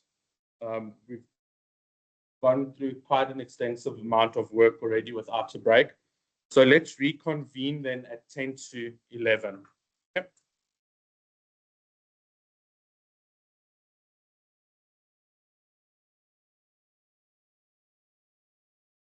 Relate to the work we're going through right now. It was from yesterday's priority dates. So in section 30, okay. Firstly, for the additional integers, obviously you can have multiple priority if they relate back to one another. If they're completely separate, you can't claim priority of. Because then they they'll have to be related. Then otherwise they're two separate arrangements. So what is the difference between section 36.6, the 33.6, where it says any material introduced through supplementary disclosure, supplementary data. The Okay. priority date is from the lodging of that supplementary data. Yeah, so supplement, that is where you're adding new matter to your specification. So is that your patent of addition? No, it's a supplementary disclosure. It's similar, but also different. So we are going to go. So I'm assuming the patent of addition is after your complete specification has become like open. There's different timelines between the supplementary disclosure and the patent of addition. Can't remember off the top of my head now. Patent of addition, you have to file. I think you can file it at any time, even after grant, where you've made an improvement or modification to that invention. Yeah. A supplementary disclosure you can file before acceptance only or before grants. We'll need to double check it, but we are going to go through that. So it's kind of like the novel additional integers is within the 12-month period. No, it's not. So you're adding, so you've made an improvement after you filed that application. Your priority timeline has already passed. Now you're adding something that is related, but it is new. When novelty is considered, it will be considered separately. So the novelty of the application as originally filed will be considered from the priority date on which the priority application is filed. That novel integer which you've added via supplementary disclosure, the novelty bill will be assessed on the date that that supplementary disclosure was filed. So I mean for section 33.2, because there's like 3 different additions you can do. That's they can be multiple priority dates if they're fairly based. Oh, okay, yeah. That section is if it's within the 12-month, Yeah. close enough period. Yeah. So it goes from like that addition to the supplementary data because that's before grant. Yeah. And then the patent of addition can be after grant. That's kind of like the additions you can say. Yes. Yeah. Okay. So I mean, those are there where where you haven't filed provisional applications for the new matter, where you can claim priority. So you add it after the fact, where the 12 months has already passed, but you can still add it. You still get protection for it, but the novelty of that new matter is based on the date that it's filed. Yeah. Okay. Perfect. Thank you. Hello. So complicated. But those, Kara, the patent has effect from the date of application, publication. Applications. Is that where your rights begin? Yeah. So then what is, this is so confusing for me. The 20-year. Yeah, the 20-year. So that is the time in which to determine when the patent will expire. So from the date of filing, the patent will expire 20 years from that filing date. Okay, I understand. Okay, it's almost like trademarks, right? Like the application date is low key when you start, like your rights start running, but then the registration date is like, yeah. Okay. Get it. Right. No, Like, that's fine. like, finding the trademark equivalent. This is so difficult. I don't know if you must do that. Don't conflate the two. There are two different beasts. Yeah, they are. Thanks. This is like so complicated. Okay, thank you.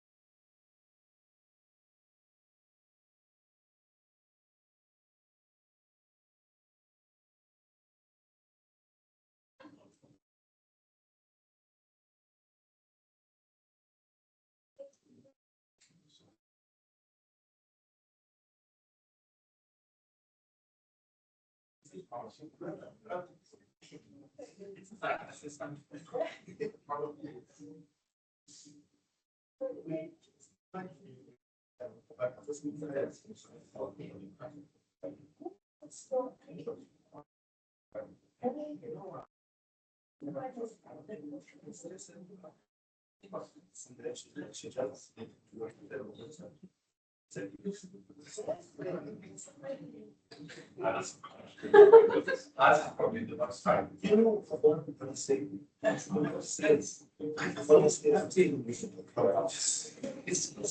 This is my first two finals. I think so. Thank you. But I think. So, no. So.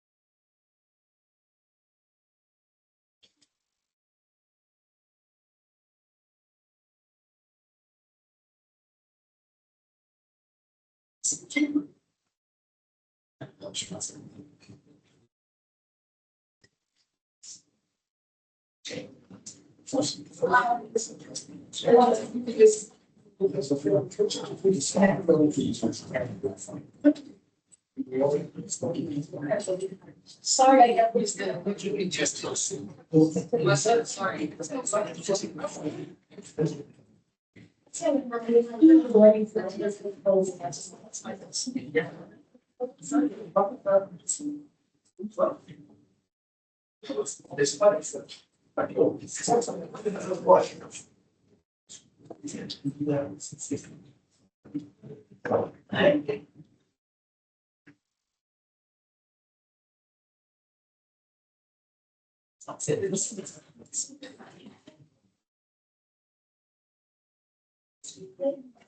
Where it's too much, just wasn't.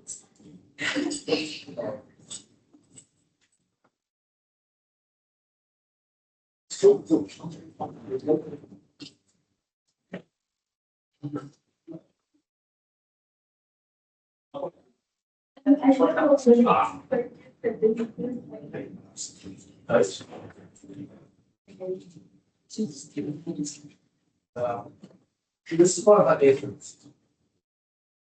You have to find great.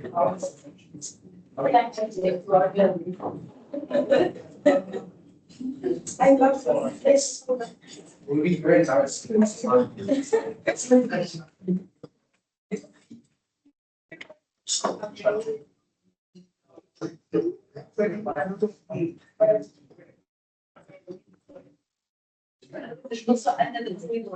So what should oh, that's fine, then, that's the see what makes sense. There are a lot of extremes that are seen in the.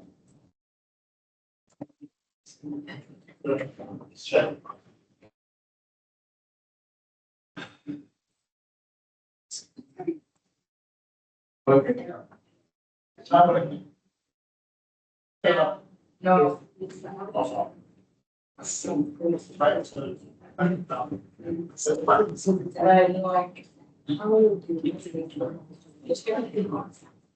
There's a lot of things.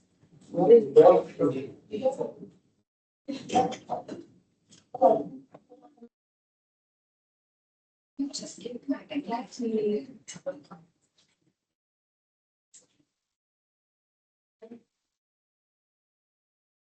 Oh, I've got really.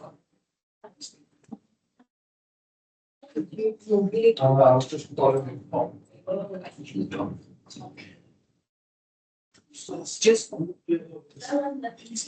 It's actually.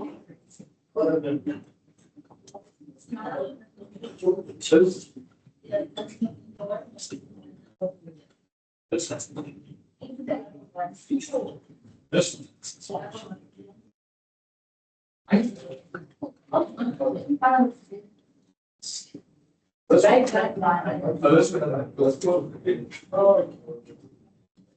Yeah. Now, it's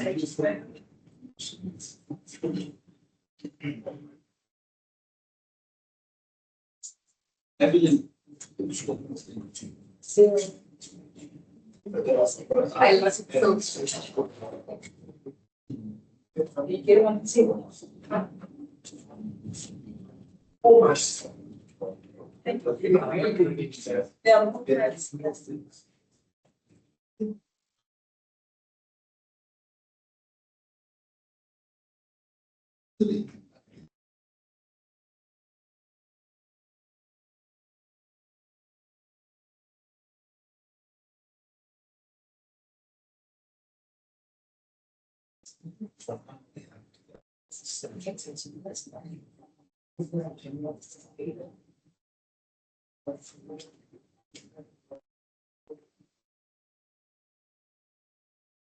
Only potentially for experience.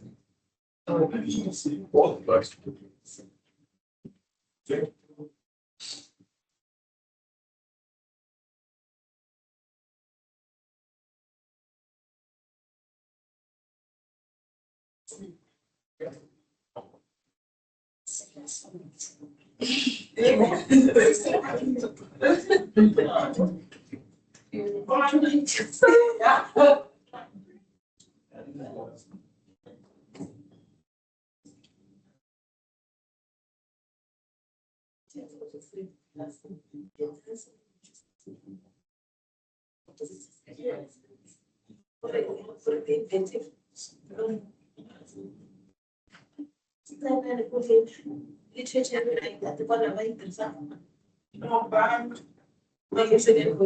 Yes.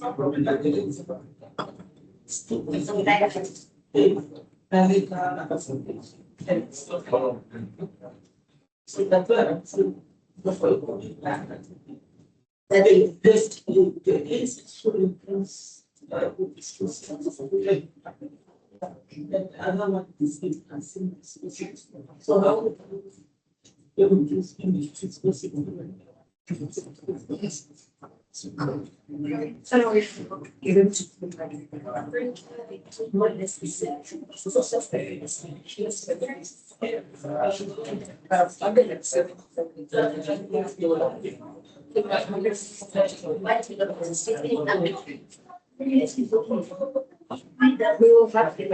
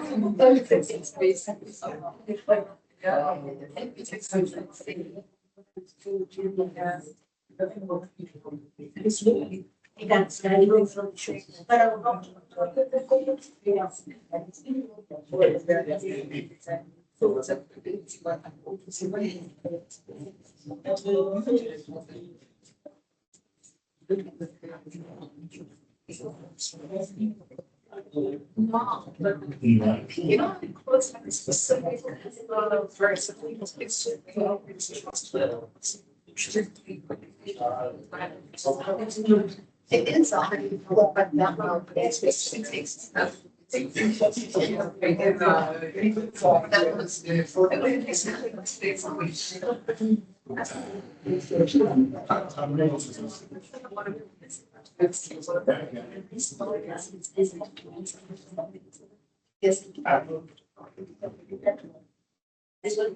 Yes.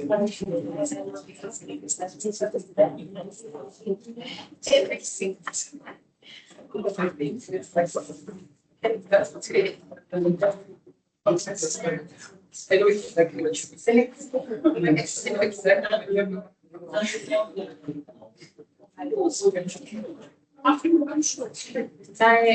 can you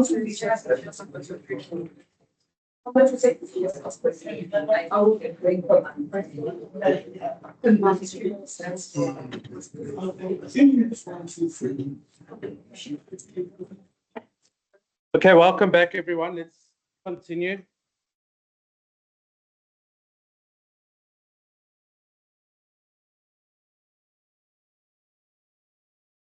Okay, we're going to move on to the next part of the procedural aspects and going to create even more confusion, because in addition to complete applications, national phase applications, provisional applications, we also have a patent of addition. And this is provided for in section 39, which states that where a patent for an invention has been applied for or granted, and the applicant or the patentee applies in the prescribed manner for a further patent in respect of any addition to, improvement in, or modification of the invention described in the or claimed in the complete specification of the main invention, he may be granted a patent of addition. So what you're trying to achieve here is where there is an improvement or a modification of the invention for which you've already filed a patent application for. So there's a disclosure, but now there is basically new matter that you want to protect. You can protect that new matter by way of a patent of addition in terms of section 39. And you can apply for that before or after grant. So you can apply for a patent of addition at any time. However, there is a caveat. For that new additional matter, the period of protection for that new or modified or improved matter in respect of that invention that you originally sought protection for is only the remainder period of the main patent or main application. So you don't get 20 years for in that additional improvements, okay? The protection is only up to the expiry of the main invention, excuse me. On request, the registrar may revoke the independent patents and grant a patent of addition in respect of the addition, improvement, or modification having the same date of the application as the independent patent so revoked. So with a patent of addition, you are issued with a new or an additional patent application number, which becomes a new patent number as well, but it is linked to the main application or main patent. you can request that that main patent be revoked, or not revoked. They do say that they revoke the independent patent. So you can request the registrar to basically revoke that patent on the patent registrar. Okay, so you'll still have the patent of addition with the improvements, and then you will cancel basically the first filed patent. The reason why you would do that is because then, let me just, sorry, I'm just gathering my thoughts. Okay, before we get into the reasons, let's say where the patent for the main invention is then surrendered, revoked, or refused or abandoned, the patent of addition shall become an independent patent, and the normal term of such independent patent shall not extend beyond the expiry. Okay, so we know all of that by now.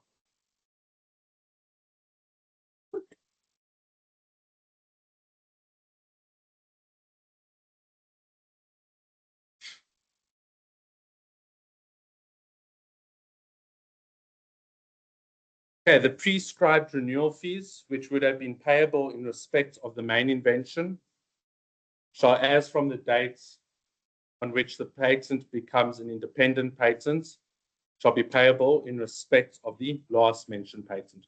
So there's no renewal fees that are payable on a patent of addition. It's only payable on the main patent, unless you are revoking the first patent. Then the renewal fees must then be paid on the patent of addition.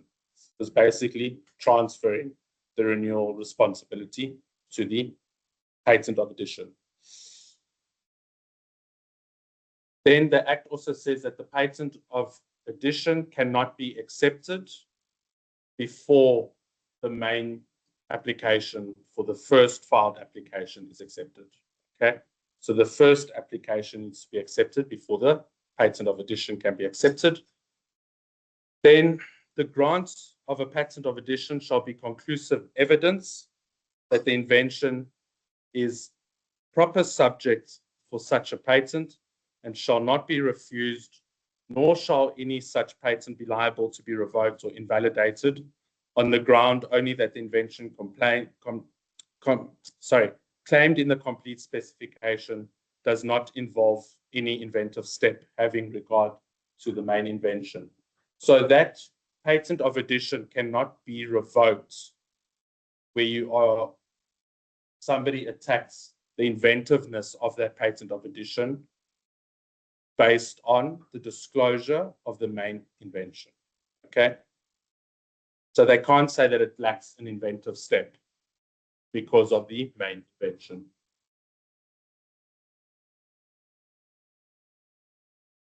Then you also cannot assign these two patents separately. If you assign the one, you have to assign both. Okay, so you can't have two different owners. You can't have one person owns the patent of addition and another party owns the originally filed patent.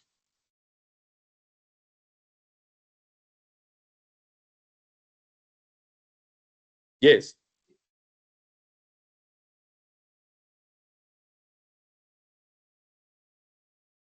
Does then need to be tested for novelty? That'll go all of that. It would still have to be considered for novelty if there is examination. Just not, it will still be considered for inventiveness against other prior art. It's just that the main application cannot be considered for prior art when considering inventiveness.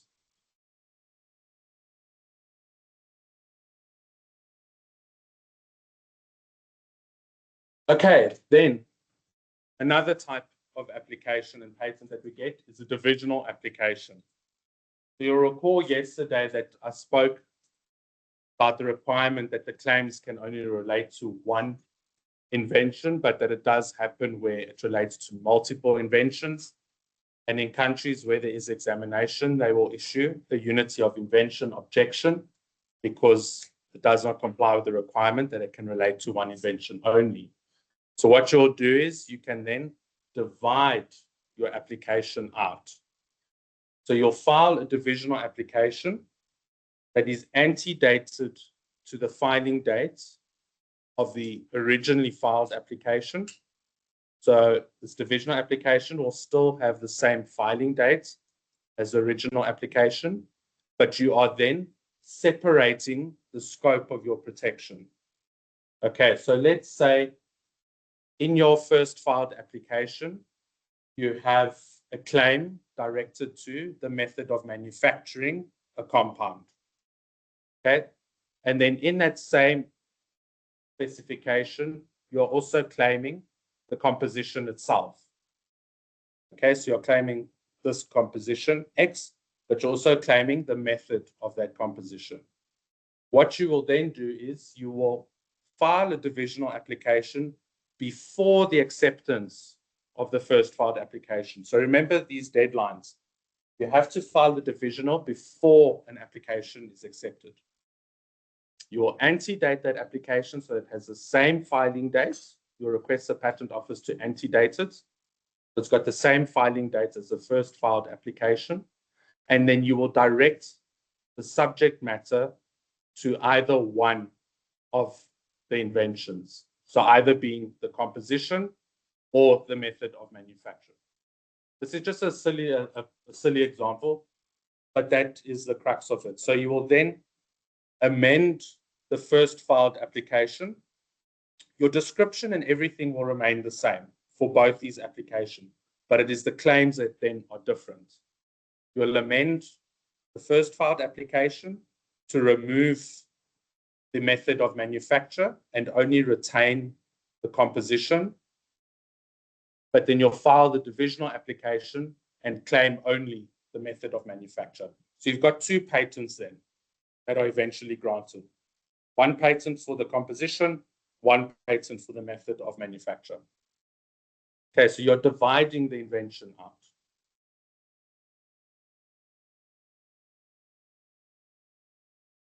Okay, there is case law on divisional applications, and that is the Pharmadynamics versus Bayer Pharma AG case, where it just said that the claims of the divisional application must not be coterminous. Why they use the word coterminous? What does that even mean? But the interpretation of coterminous is that the claims in the two cannot be the same. There must be a different scope that you are seeking to protect. So the claims of the divisional application must not be coterminous with the claims of the parent application. And then it also says that the claims of the divisional application can overlap. So you can have some overlap of the subject matter. And the claims of the divisional application can also be wider in scope of the protection than the parent claims.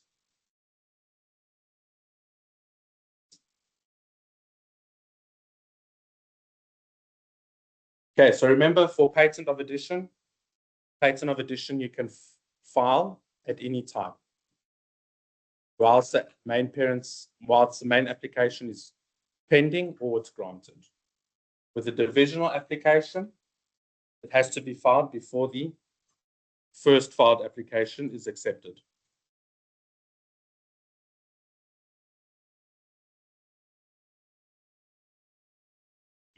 Okay, I'm going to pass over this. We all know that you have a 20-year monopoly right. Then we need to look at when are renewal fees payable on a patent. Section 46(2) says that a patent shall lapse at the end of the period prescribed for the payment of any prescribed renewal fee. If it is not paid within that period, provided that the registrar may, upon application and subject to the payment of any such additional fee as may be prescribed, extend the period for the payment of any such fee for a period not exceeding 6 months. Okay, so quite a mouthful. So it is saying that the renewal fees need to be paid within the prescribed period. The prescribed period is provided for in the patent regulations. And the patent regulations states that the first renewal fee falls due for payment within 3 years of the filing date and annually thereafter. What section 46(2) also tells us is that if you miss that deadline, you have 6 months within which to pay that renewal fee from when it would have expired. So if you have your application dates, let's say 10 January 2000, your first renewal fee was due on 10 January 2003, but you have a 6-month grace period within which to pay that renewal fee. Okay, so there's your first renewal due date, and you have the 6-month grace period, but you need to apply for the payment or for reliance on the 6-month grace period and also pay additional official fees. And then it is due annually. Your fee would be due 10 January 2004. 6-month grace periods? Or No. First? It's only the first. Okay.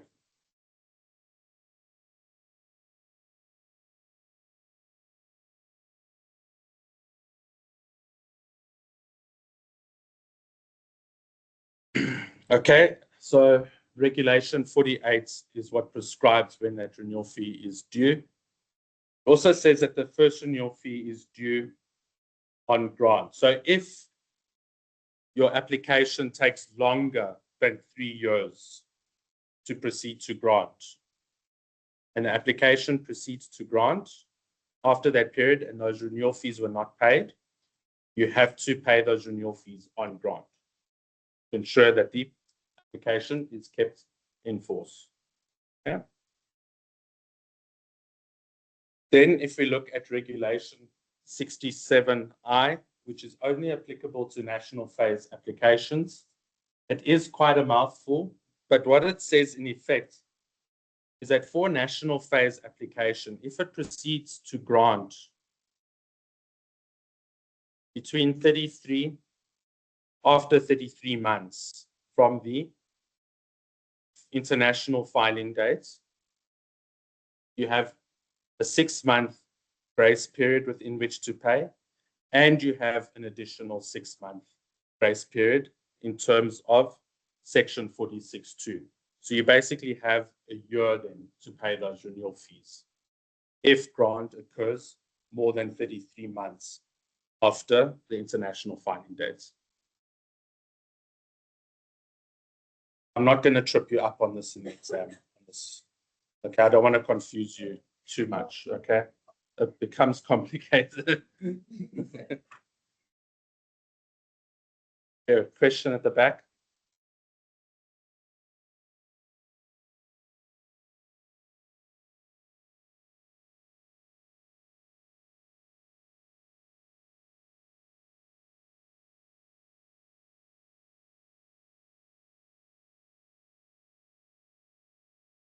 So remember your application dates in this instance, what I'm referring to.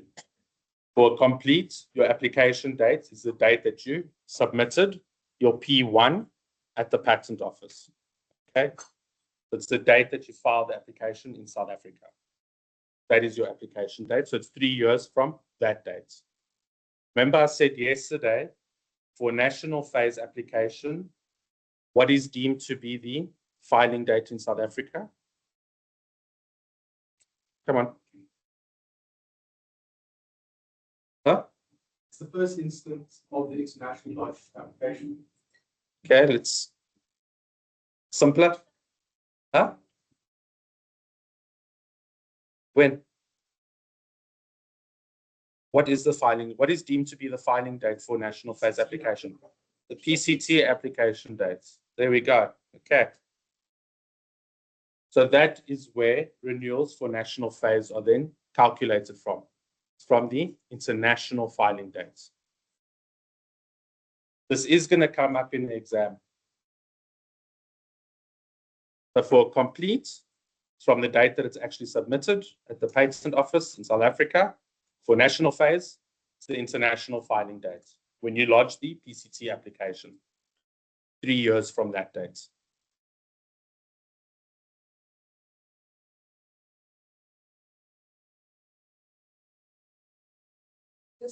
In the exam, no. Okay. Okay, guys, that finally brings us to the end of procedure. All right, happy?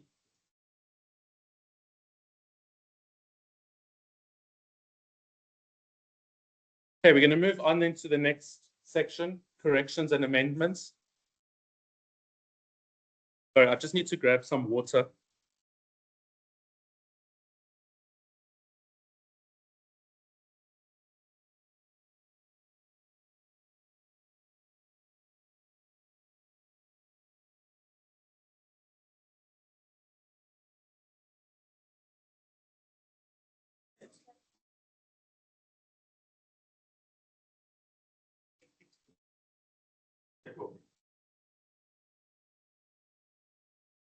So that's why they give you.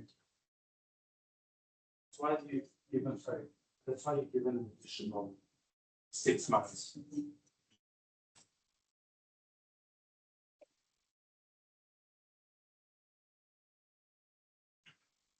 International filing dates. There we go.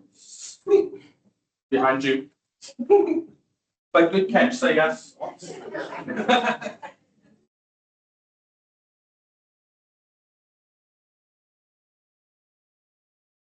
Okay, let's move on then. Corrections and amendments.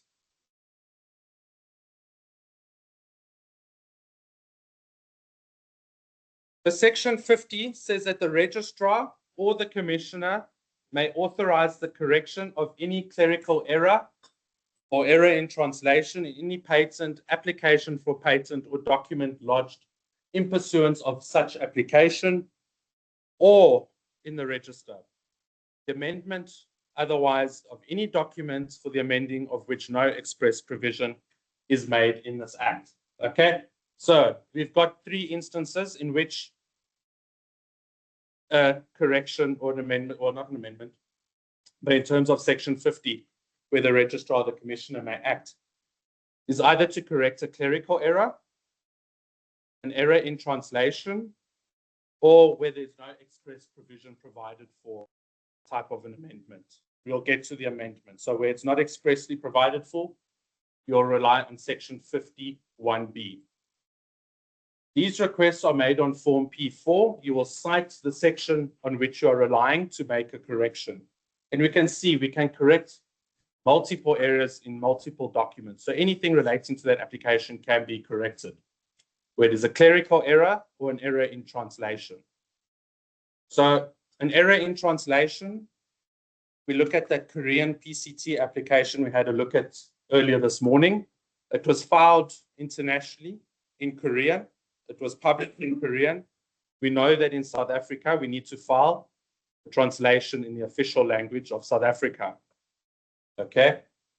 The translator may have erroneously translated a word incorrectly. That is an error in translation. So you can request that that error be corrected in terms of section 50. There's also the provision for the correction of a clerical error. A clerical error is not an obvious mistake. Don't confuse the two. Okay? The clerical error is where something was done erroneously due to repetitive tasks or an oversight or by copying. So the secretary that was preparing the application documents incorrectly typed an inventor's name, or they forgot to include the name of a specific inventor, or didn't forget, but omitted it in the application documents because they didn't see the second page of their handwritten notes. Okay, that is a clerical error. So you can see there's various case law on what a clerical error is. Go through those cases and it will basically tell you that it is ultimately an error that was made carelessly, was inadvertently made in writing or copying, or must be an error made in a mechanical process. Okay.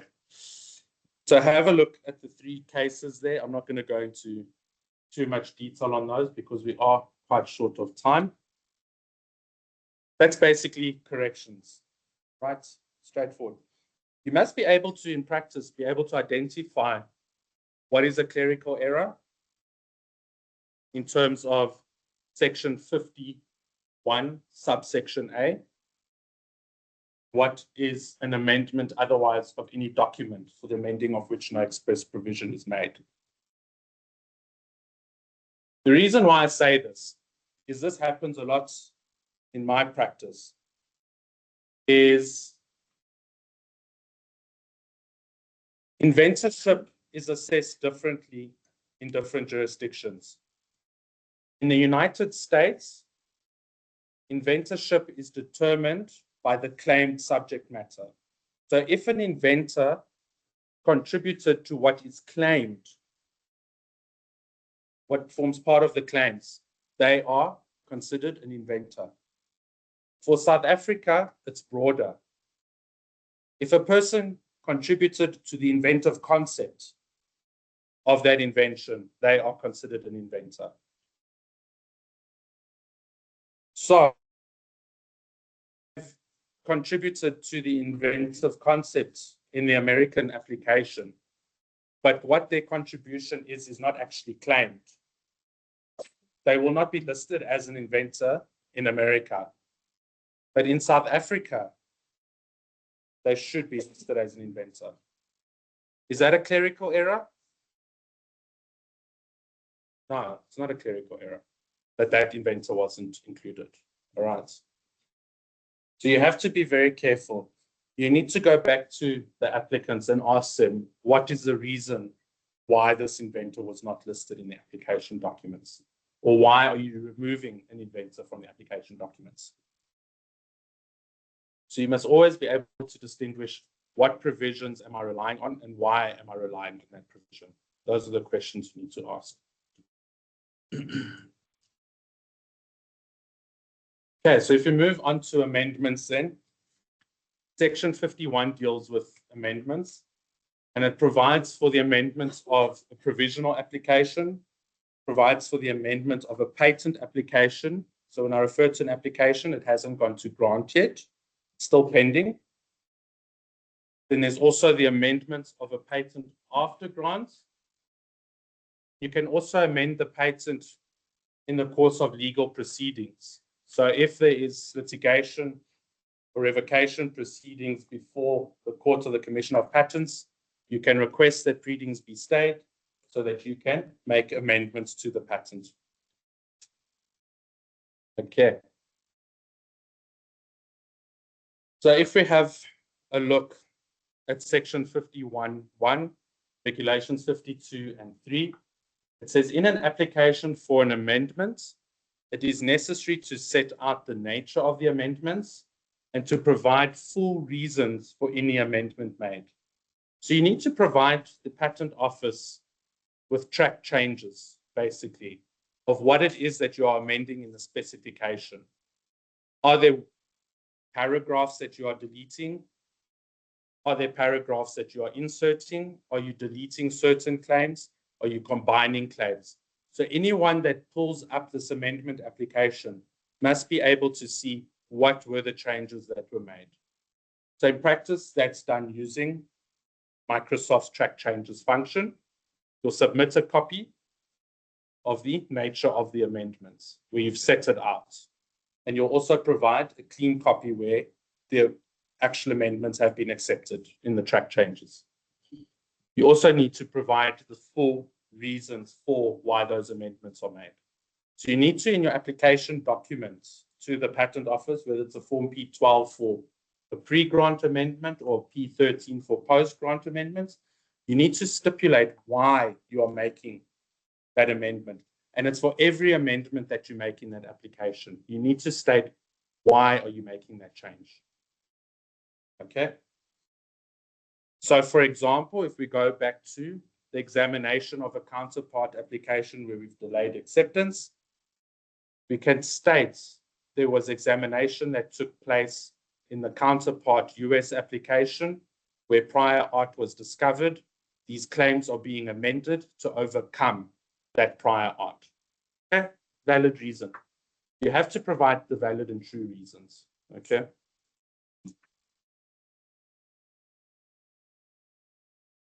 For provisional application, you can only amend it to correct a mistake, including an obvious mistake. That is the only type of amendment to a provisional application. So if I ask you in the exam, what is required to effect an amendment? You need to tell me that you need to set out the nature of the amendments. You need to provide full reasons, along with other requirements that they need to be complied with. So if we look at section 51.6, it says no amendment of a complete specification will be allowed if the amendment introduces new matter not in substance disclosed. Okay, so this is looking at pending patent application. You cannot introduce new matter. So you can only make an amendment where it is fairly based, which goes on to the second point. The specification as amended would include a claim which is not fairly based on subject matter disclosed in the specification before grant. So I can't add new integers that I haven't disclosed in that specification. And any amendment I have made must be fairly based on the description of the invention in the specification. So those are the two requirements, additional requirements for a pending patent application amendment. For a granted patent, those two requirements are also applicable. So again, you cannot introduce new matter. There must also be fair basis, but the amended claims must fall wholly within the scope of a claim included in the specification before the amendment. That means you cannot broaden the scope of protection. You can only narrow the scope of protection.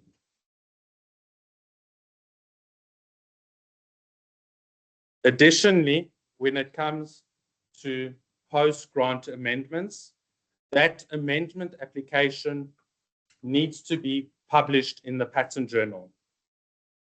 So there's notice that an amendment application has been lodged at the Patent Office for post-grant amendment. It is published in the patent journal. The reason why it is published is so that the public is alerted to that amendment that's made post-grant, because a third party can oppose a post-grant amendment.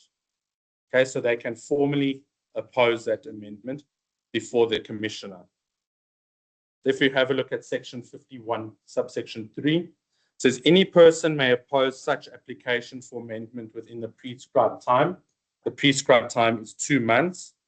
Such opposition to such application for amendment shall be dealt with by the commissioner in the prescribed manner, and the commissioner shall determine whether and on what conditions the amendment ought to be allowed.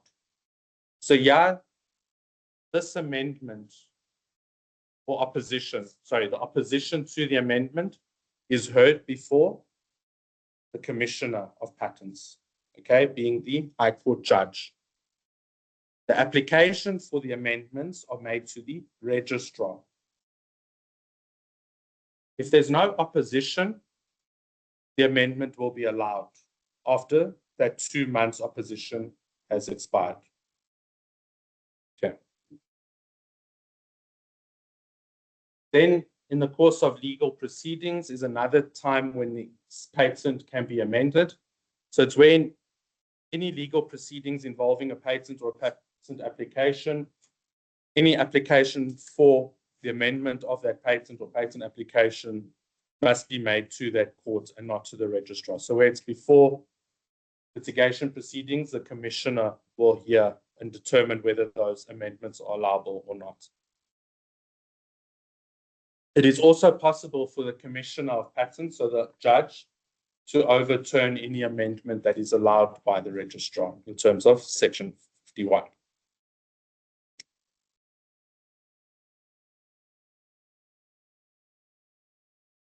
Okay. So that basically deals with the amendment provisions then.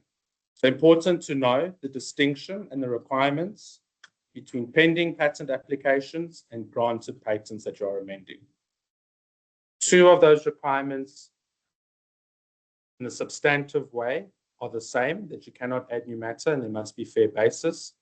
For granted patent we are amending, needs to be published, 2-month opposition period, and it is then heard by the commissioner if it is opposed. In all those amendments, you need to set out the nature and provide reasons. Straightforward. Okay, easy marks in the exams, guys.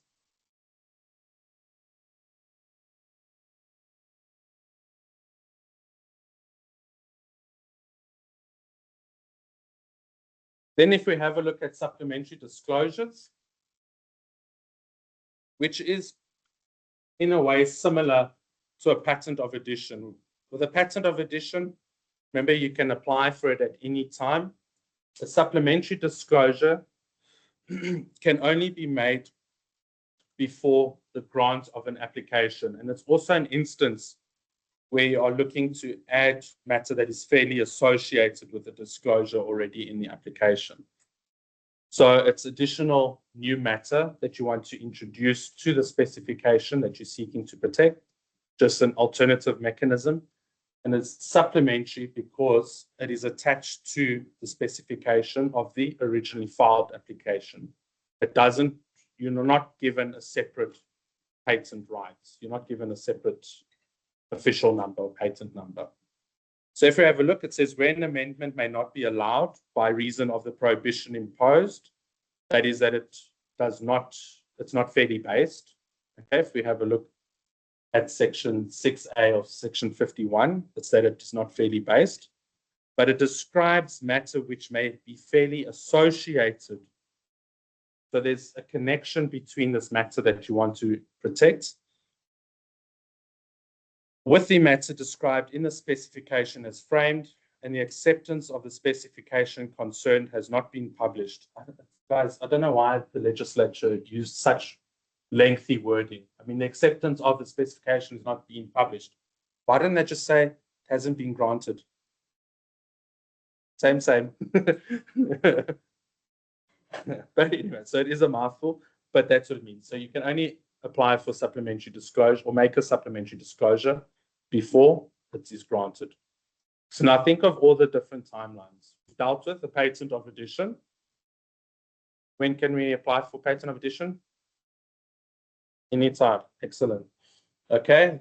Divisional application before acceptance. Supplementary disclosure before grant. Okay. The new matter may be introduced by way of a supplementary disclosure attached to the specification and dated with the dates on which the application for the amendment is made, provided that in determining the validity of the patent under this Act, regard shall be had to the priority date of the new matter introduced by way of the supplementary disclosure. What that is saying is that whatever new matter you are lodging in the form of the supplementary disclosure, when assessing the novelty, you need to consider prior art before the filing date of that supplementary disclosure. It doesn't benefit of the priority date of the application as filed. The priority date for that new matter, when inventiveness and novelty are assessed, is from the date of lodging the supplementary disclosure.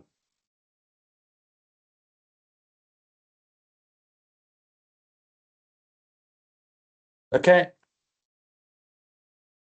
The end of that slide is just a summary of what we have discussed. Then other types of amendments that are provided for, if we have a look at the PCT, you'll recall that when we're looking at the PCT timeline, I said that those amendments are deemed an amendment allowed in South Africa. This is just codified in the Patents Act as well, because remember, international law is only effective once it is legislated nationally. And this provides for Article 19 amendments and Article 34 amendments made during the international phase are deemed amendments allowed. Section 52 also provides for the rectification of the register. So the registrar of patents may order the register to be rectified by making, amending, or deleting any entry therein. And such order may be made either on request or without such request. So where there's an error in the register, so the official record at the patent office of the existence of the patent or the application, the registrar themselves may rectify it, or they can rectify it upon request. That is what section 52 states. Excellent. End of that chapter. Happy? Any questions? Okay.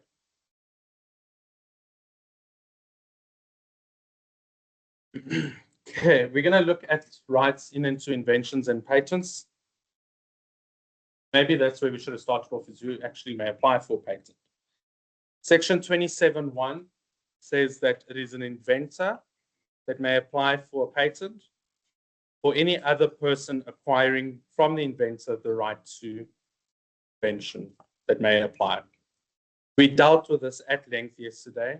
Remember when we spoke about the registrar requires proof of the applicant's entitlement. If they are not the inventor that are the applicants, then you need to submit proof of the applicant's right to apply. Okay, so it can either be the inventor or any other person. And by person, it's not just a natural person, it's a legal entity as well. Okay. And then we went through that quite extensively yesterday, what would be constituted as proof of the applicant's right to apply. Then joint ownership of applications, section 29 states that if there is no agreement to the contrary, joint owners have equal and undivided shares in the application. So there could be more than one party that owns a patent. For instance, the University of Cape Town has collaborated with the University of Angers in France.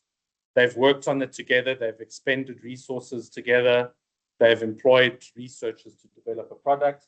They both own that invention and they both file an application. So you can have joint ownership of an invention, of an application, of a patent. But it says that if there's no agreement to the contrary, they have equal undivided shares. So it's a 50-50 ownership. If there is an agreement, then so be it. Then it can be a 70-30%. But if there's no agreement, that is how the rights are divided. Okay, it goes on further to say that none of them may deal in any way with the application, except save the application from becoming abandoned without the consent of the joint applicant or applicants. So what does that mean? It means that one party, one owner, so the University of Cape Town, in my example, cannot assign that patent application to another party without the consent of the University of Angers. Okay, you need to have consent for every action taken on the application. It does say, except to save the application.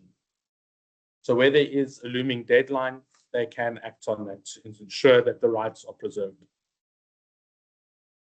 If there is a dispute between or as to the ownership of the application, these need to then be addressed to the commissioner. So it goes to the Court of the Commissioner of Patents, where there is a dispute relating to the ownership. The applicants, by applicants, it's the applicant to those proceedings before the commissioner, will be liable for the costs and expenses related to those proceedings before the Court of the Commissioner of Patents. It then says that the commissioner may order that the rights to any joint application may be assigned, provided that where it appears to the commissioner it to be just and equitable. He may also order the payment of compensation to the assigned. So the judge can say, well, there is a dispute, one party is not coming to the party. So University of Cape Town, I'm ordering you to assign your rights in this application to University of Angers. Angers will pay you 50,000 Rand. Okay?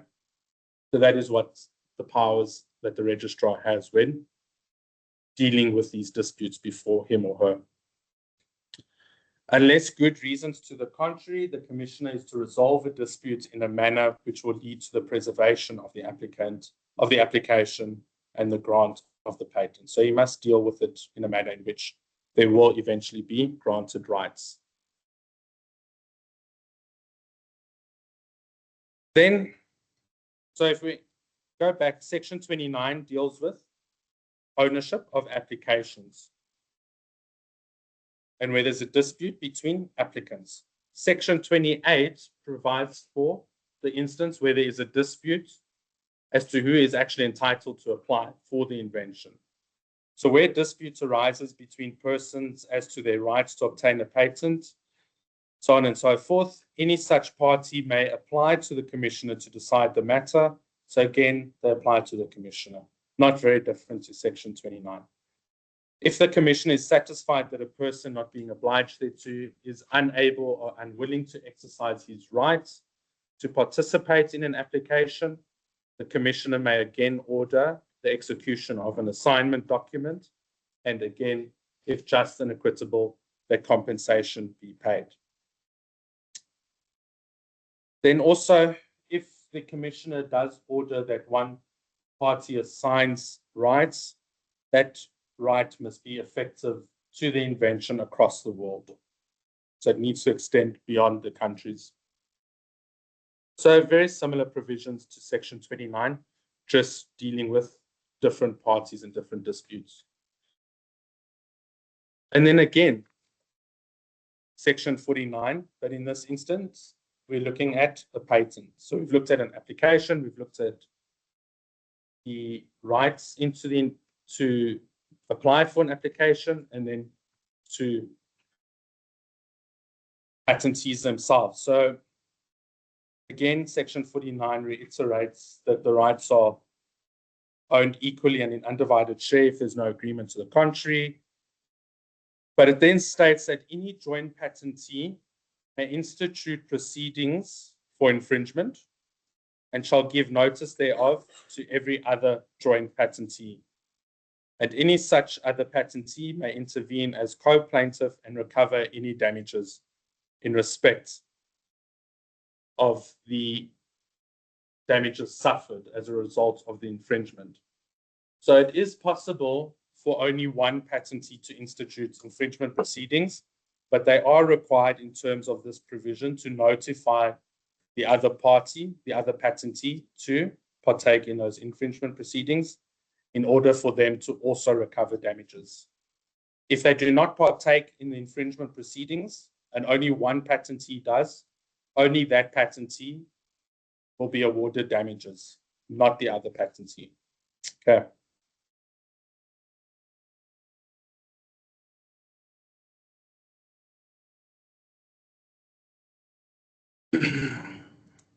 And that's exactly what I've just stated on this slide.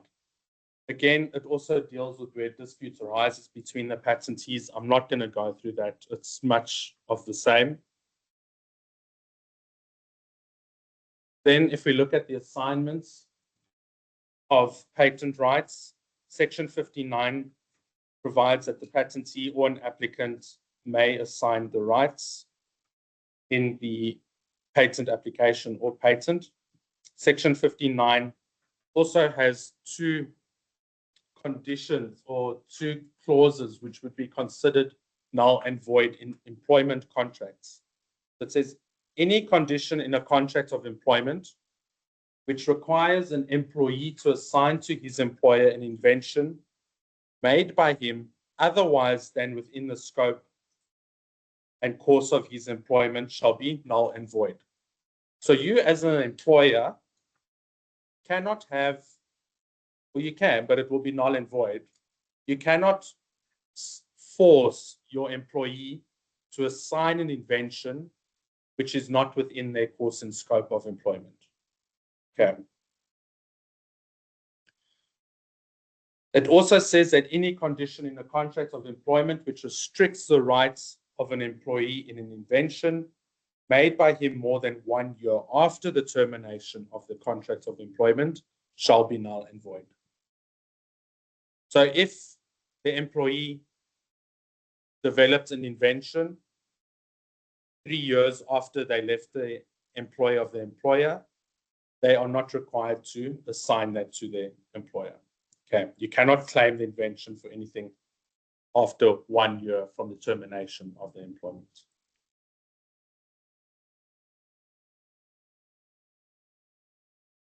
Importantly, Section 60 provides that an assignment of an application or patent must be in writing. It is also, whilst not mandatory, that assignment should be recorded in the patent register. So your update who the owner is of the application or the patent, that should be done within 6 months of the effective date of the assignment. Okay, so if University of Cape Town is selling their patent to the University of Angers, they need to do it in writing, and within 6 months, the register, should be updated. So you should record that assignment to show the change of ownership of that patent. If it's not done within 6 months, you have to request condonation for the late recordal of that assignment. So you have to lodge a separate application and pay additional official fees.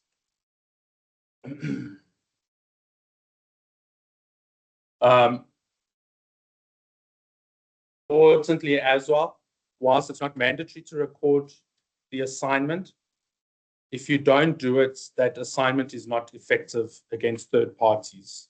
So you cannot institute proceedings against somebody, even though you, in terms of the assignment agreement, are the owner, until the register is updated to reflect the correct ownership.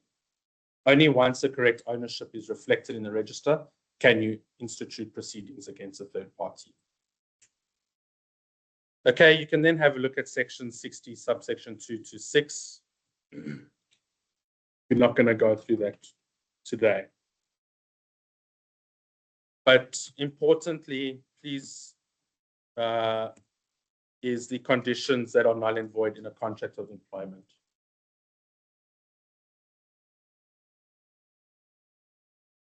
Oh, I see a lot of NBs.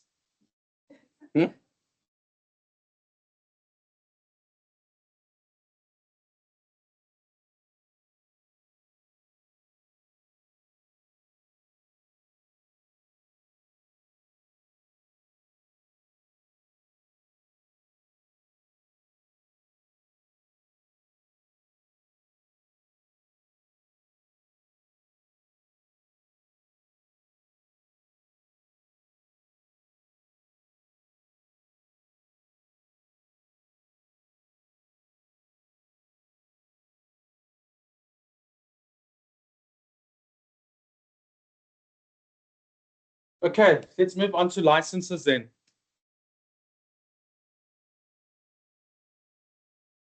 You recall yesterday that I mentioned compulsory licenses and when you can obtain a compulsory license.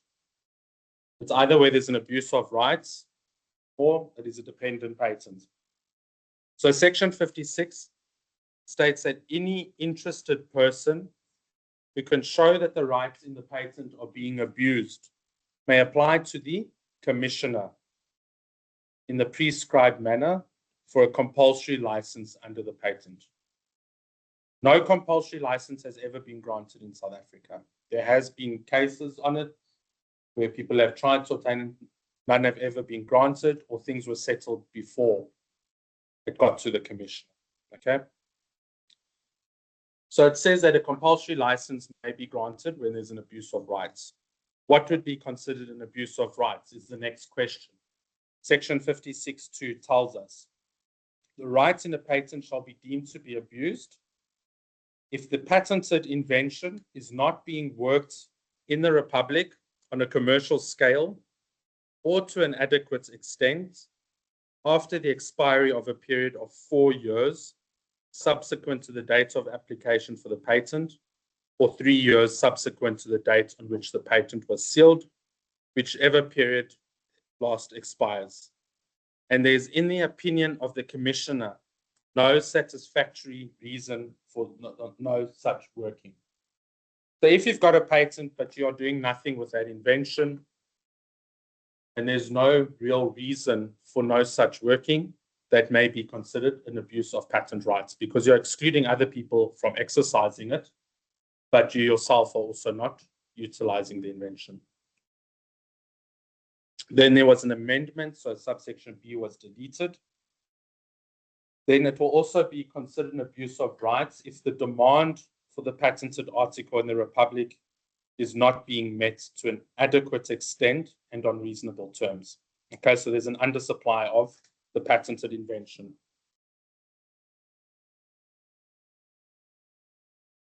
Or by reason of the refusal of the patentee to grant a license or licenses upon reasonable terms. So the patentee is being difficult, is being unreasonable in granting a license, a voluntary license. In the trade or industry or agriculture in the Republic, or the trade of any person or class of persons trading in the Republic, or the establishment of any new trade or industry in the Republic is being prejudiced. And it is in the public interest that a license or licenses should be granted. Okay, so where a patentee is unreasonably not granting a voluntary license and it is prejudicing those classes of persons, and it is in the public interest that a license should be granted. Then, lastly, when it would be considered an abuse of rights, is that the demand in the Republic for the article is being met, but that demand is being met by importation, and the price charged by the patentee is excessive in relation to the price charged in the other countries from which you are importing the product. Okay. Very important provisions to remember what would be considered an abuse of patent rights.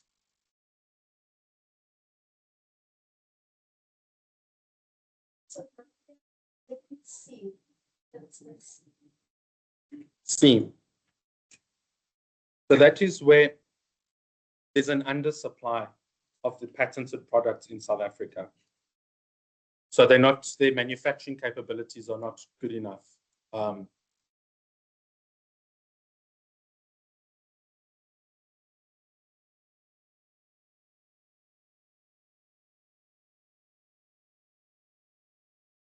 Yes. That question is in the exam.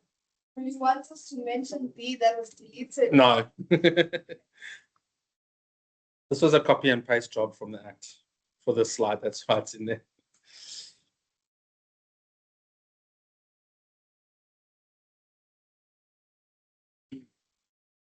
Okay, then it also says that the patentee or any other person appearing from the register to be interested in the patent may in the prescribed manner oppose the application. So if somebody lodges an application for compulsory license, the patentee or any person that is shown to have an interest in the register may oppose that compulsory license.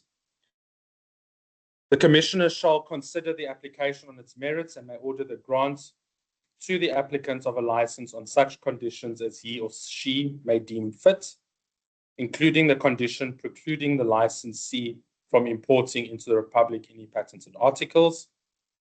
If the commissioner is of the opinion that an order directing the grant of a license is not justified, he may refuse the application.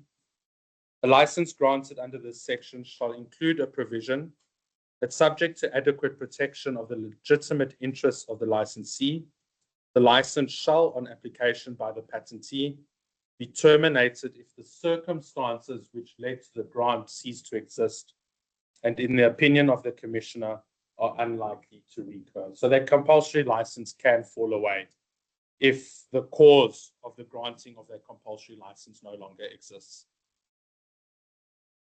Any license granted in terms of a compulsory license shall be non-exclusive and shall not be transferable. So you cannot transfer that license to somebody else.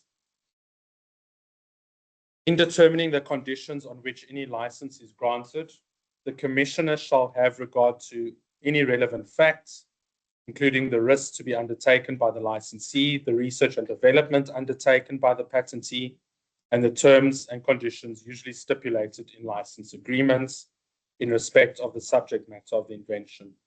Okay, so you can have, we'll go through those. It is quite clear what is provided for there.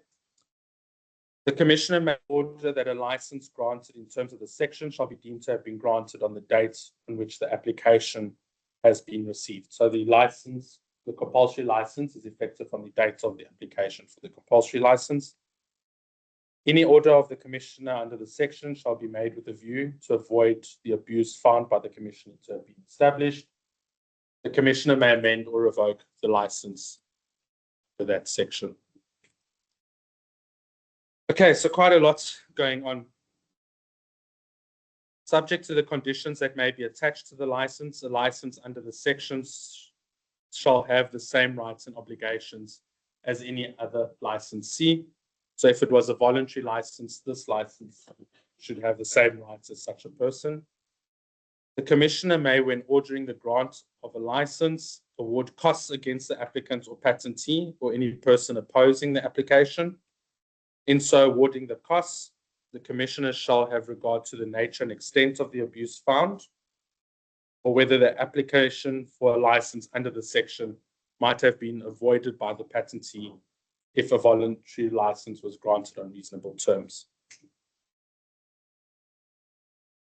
Then it also says, for the purposes of the section, the expression patented article includes any composition of matter or any product of a patented process or method or any product produced by a patented machine.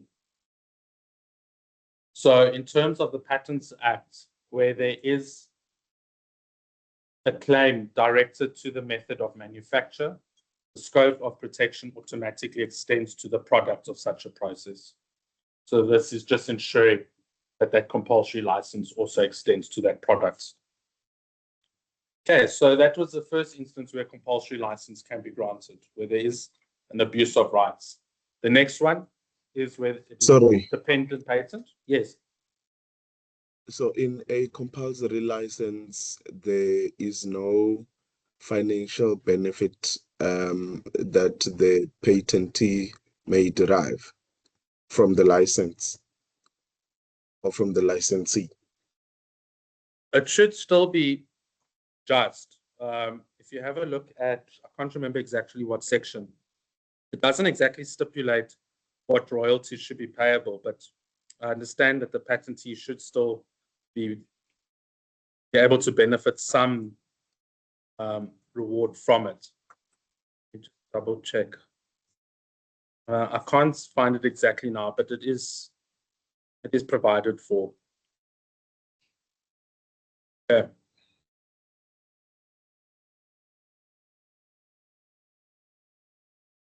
So if we have a look at section 55 dealing with dependent patents, let's just read through the section first. It says that where the working of a patent without infringement of a prior patent is dependent upon the obtaining of a license under that prior patent, the proprietor of the dependent patent may, if agreement cannot be reached as to such license with the proprietor of the prior patent, apply to the commissioner for a license under the prior patent, and the commissioner may grant such a license on such conditions as he may impose, but including a condition that such license shall be used only for the purpose of permitting the dependent patent to be worked and for no other purpose. Okay, quite a mouthful again there. So if we have a look at the cell phone as an example, right? Samsung is a proprietor or the producer of this phone, okay? They may have patented technology for the touch screen, but they need to use a chip, a processing chip, which they themselves do not manufacture. It might be manufactured by Apple, or Intel is the manufacturer of that processing chip.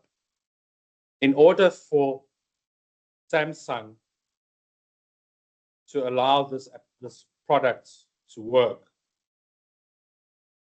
they require that chip. But if there's no license granted, they cannot just use that chip. So say Intel's the only company that manufactures that chip. This phone won't be able to function. Samsung won't be able to exercise their rights over their patent because they would otherwise infringe on Intel's chip. Okay. So that's why there's always these license agreements that take place between these corporations, is so that they're not forced, in terms of section 55, to be granted dependent patent. license. Does that make sense? Okay, so in order for this to work, for the proprietor of this phone, the patentee, this technology, the touchscreen or whatever it may be, and they need to rely on a patented invention, then you can request that a compulsory license be granted for dependent patent. Okay. Question? Okay. C, you said there's another side, so I don't have the capabilities to supply or to meet the design.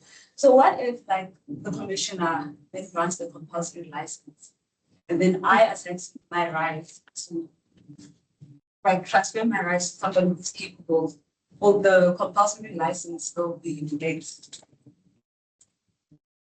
If the other person has manufacturing capabilities, Yes. look, that compulsory ceases to exist if that abuse of rights is done away with. So it's likely that the compulsory license will then cease to exist. Okay, so the question for those online was, where there's patentee that is not able to meet the demand of the product in the country, and a compulsory license is granted, but they then decide to assign the patent to a third party that is able to manufacture it, whether that compulsory license will still be in effect. Remember that the provision is that if the cause of that abuse of rights ceases to exist, then the compulsory license will also cease to exist. I can tell you now that you're going to run into a whole bunch of other issues with competition and unfair practices. Because it would be, well, why haven't you given the licensee the opportunity to purchase the patent if they have the manufacturing capacity? So it will probably get quite ugly.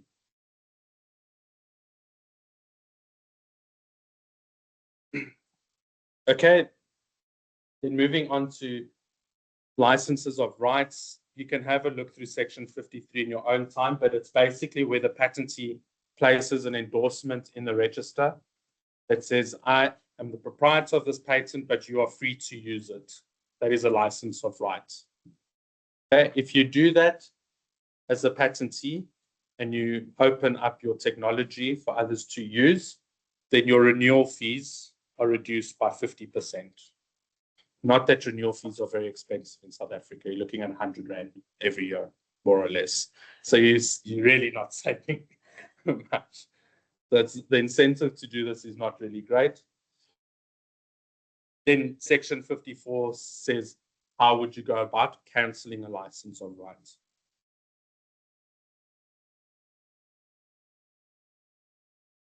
Okay, section 57, you can have a look at in your own time, similarly with section 58.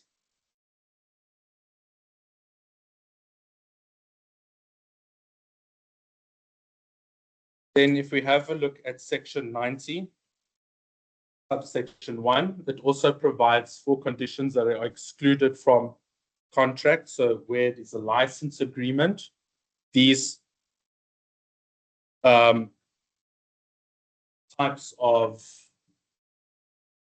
clauses within that license agreement will be null and void.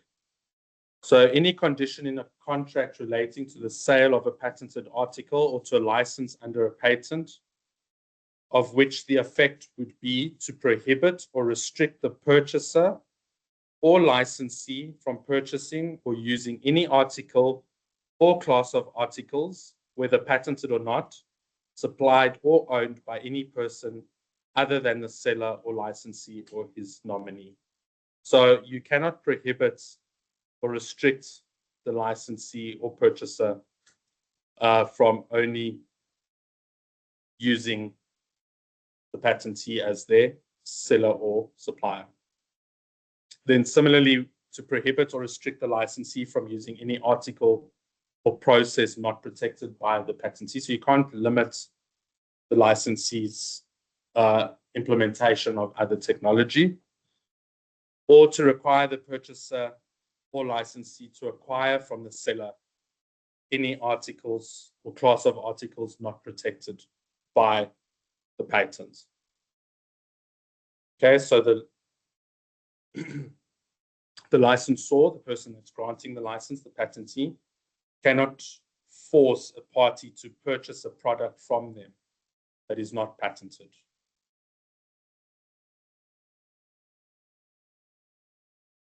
Then also to require or induce the purchaser to observe a specified minimum resale price in respect of any article or class of articles protected by the patent. So you cannot set a minimum resale price in a license agreement. And you also cannot prohibit or restrict the making, using, exercising, disposing of the invention in any country in which the invention is not patented. Okay. So that license can only be applicable to that patent where the patent protection exists.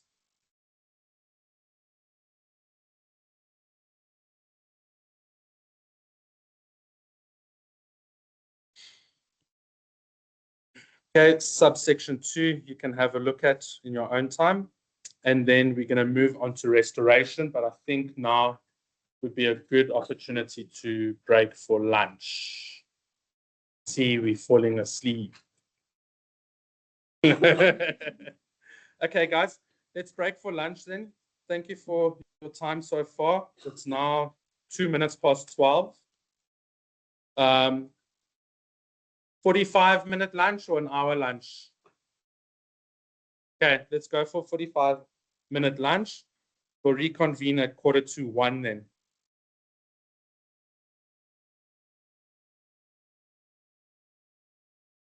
Yeah.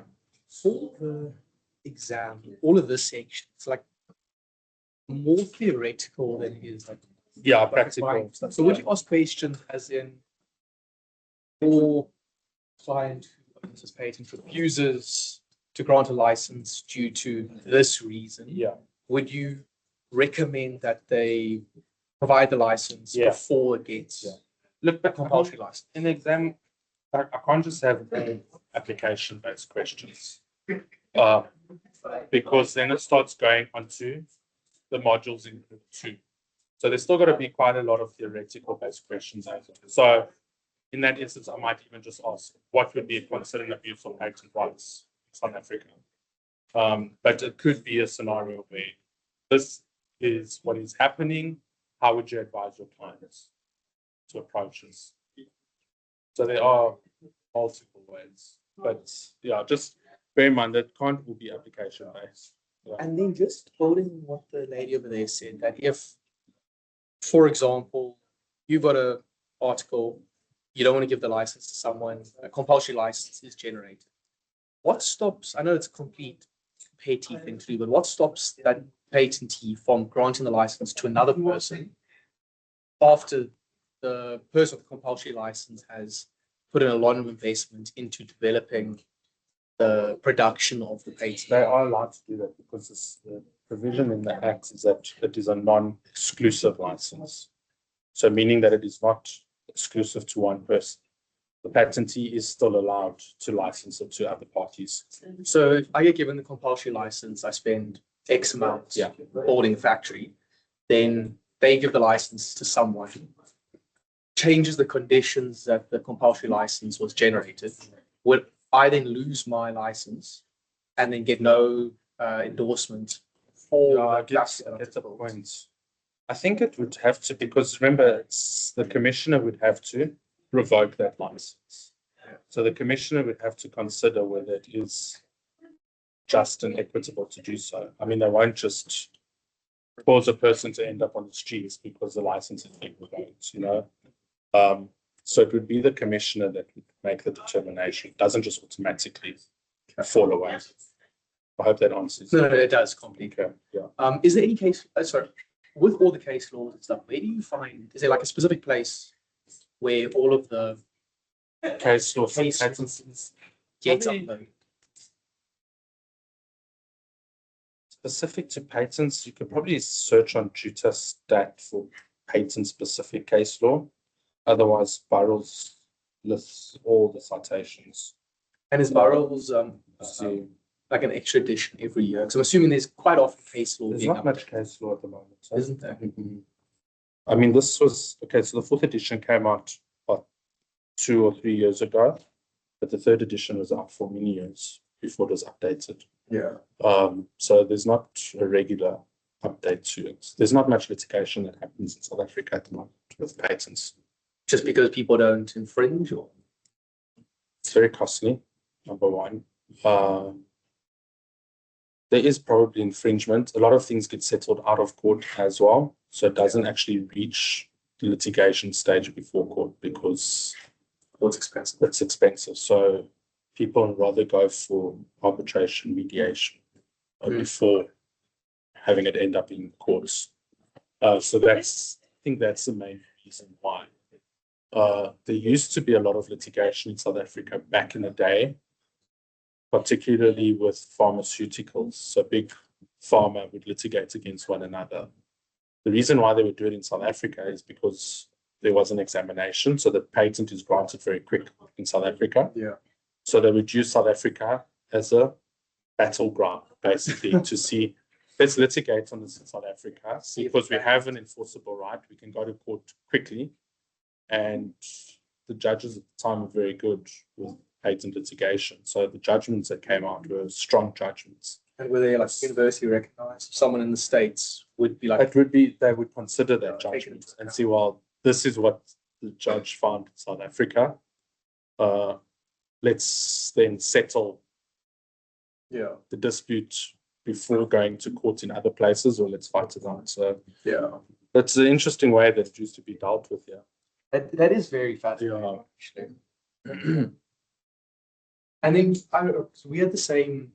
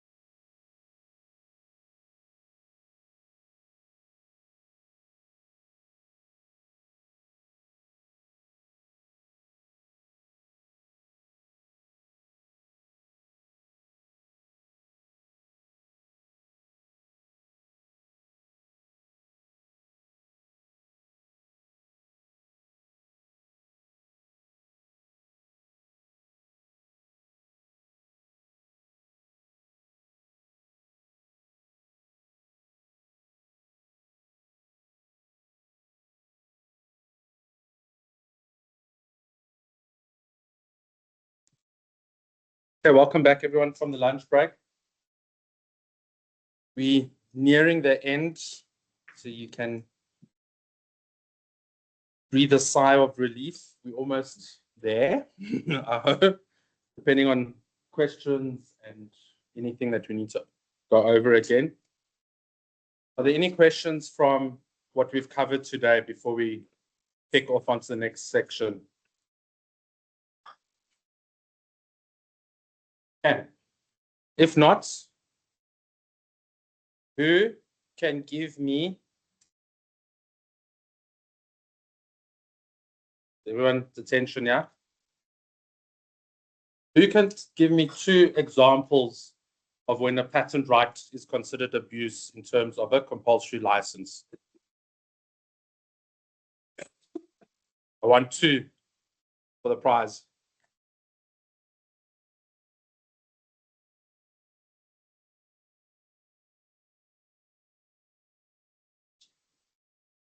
Okay.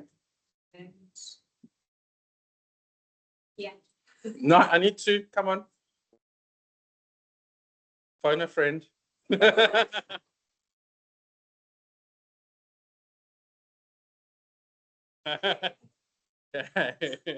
All right. I think we'll give it to you.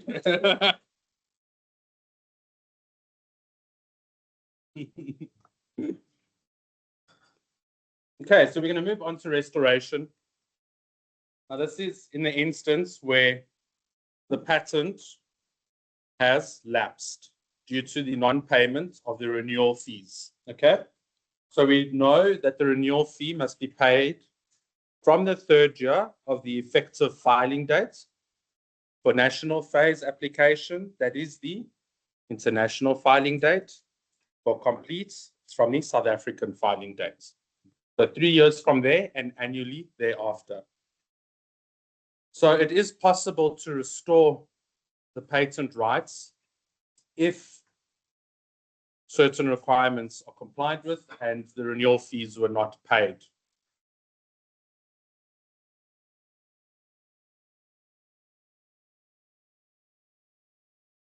The Section 47 of the Act, these provisions are important, is that where a patent has lapsed owing to the non-payment of any prescribed renewal fee within the prescribed period or the extended period. So remember that there is a 6-month grace period within which to renew the patent. The patentee may, in the prescribed manner and on payment of the prescribed fee, apply to the registrar for the restoration of the patent. Okay, so if the patent has lapsed because you haven't paid the renewal fee up until the grace period, the patent is deemed lapsed, and you can then apply to the registrar for the restoration. Okay, so important to note here that the restoration application is made to the registrar of patents and not the commissioner. Now, in order for the patent to be restored, you as the patentee need to show 2 things. The first is that the lapsing of the patent was unintentional. You didn't intend to not pay that renewal fee. The second requirement that you need to meet is that your application for the restoration of the patent must be made without undue delay from the time that you learned the patent had lapsed.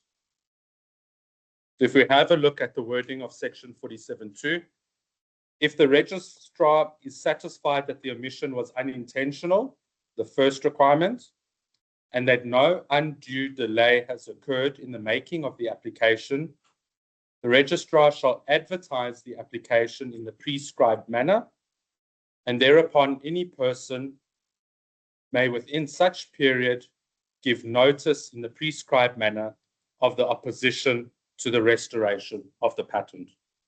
Okay, so even though it is possible to restore the patent, provided that the omission to pay it was unintentional and that there was no delay in bringing the restoration application to the registrar, a third party may oppose it.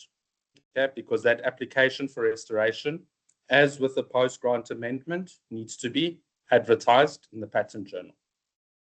Okay, and the opposition period is 2 months, so the same period as for post-grant amendment.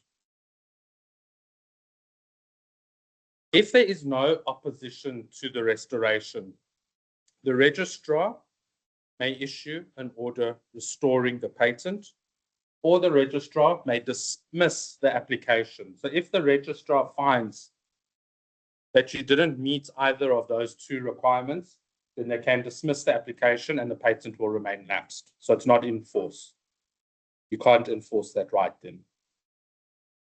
But where notice of opposition is given, that opposition goes to the Commissioner of Patents. So it goes before the court to then hear the opposition. And after hearing the applicant, the Commissioner must then decide the matter and also has the authority to then either restore the patent or dismiss the application.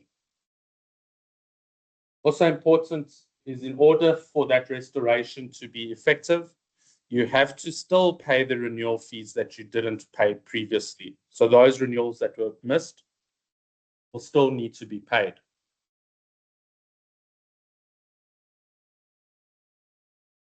Is everyone comfortable with the unintentional requirement? Okay, we have a question? How do you prove that? Okay, so maybe we should have a look then at how you would go about the restoration application. The prescribed manner dealt with in regulations 49 to 51. The restoration application is made ex parte, so it's only the patentee that is the party then to that application, to the registrar in the form near as possible to a notice of motion. Okay, so you'll submit what wouldn't ordinarily look like a notice of motion in court proceedings, but it is before the registrar of patents. And that must be accompanied by affidavits, so a sworn testimony that those requirements are being met. So you would, in your affidavit, or more than one affidavit from different parties, set out that the patent lapsed because of an unintentional omission to pay the renewal fee. You can't just stipulate that. You would need to provide what led to the circumstances. So let's take, for example,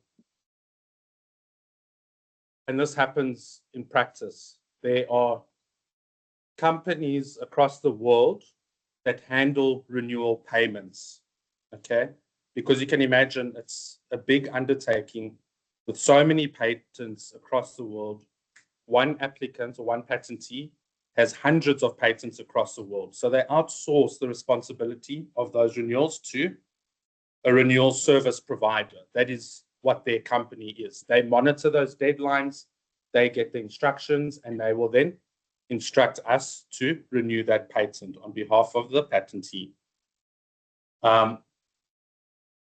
So let's say in a scenario like that where we have a renewal agency that's handling the renewals, they've incorrectly docketed the international filing dates. Instead of the international filing dates, they've input the priority dates. So renewal reminders then of when the renewal is due would calculate incorrectly on their system. So that is an unintentional omission to pay that renewal fee. They didn't intend for that patent to lapse. There was an error that arose due to a docketing issue, as an example. Okay. If a patentee says, I didn't pay my renewal fee because I didn't have the money, that is not unintentional. Okay. Does that make sense? Okay.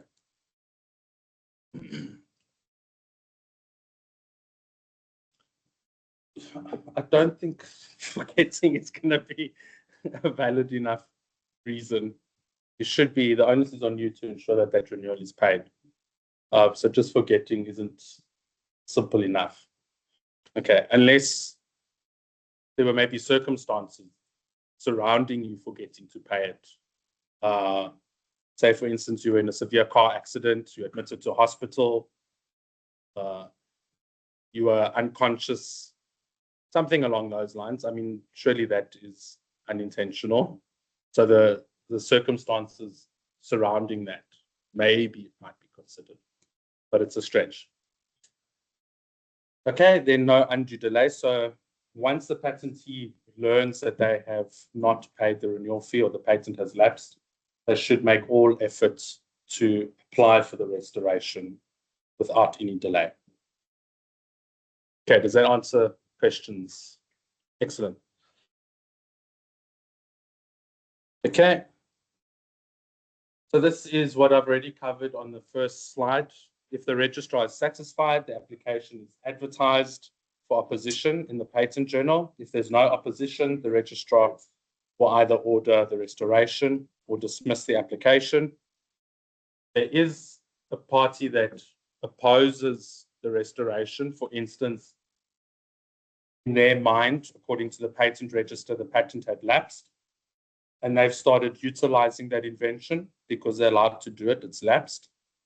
They can then oppose the restoration for an there's an opposition period of 2 months, as we now know.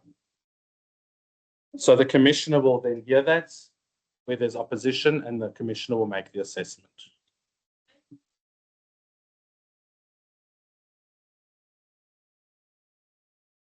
So it's because there's likely going to be proceedings that take place where evidence needs to be presented, where you have to hear parties. So it becomes more litigious than administrative.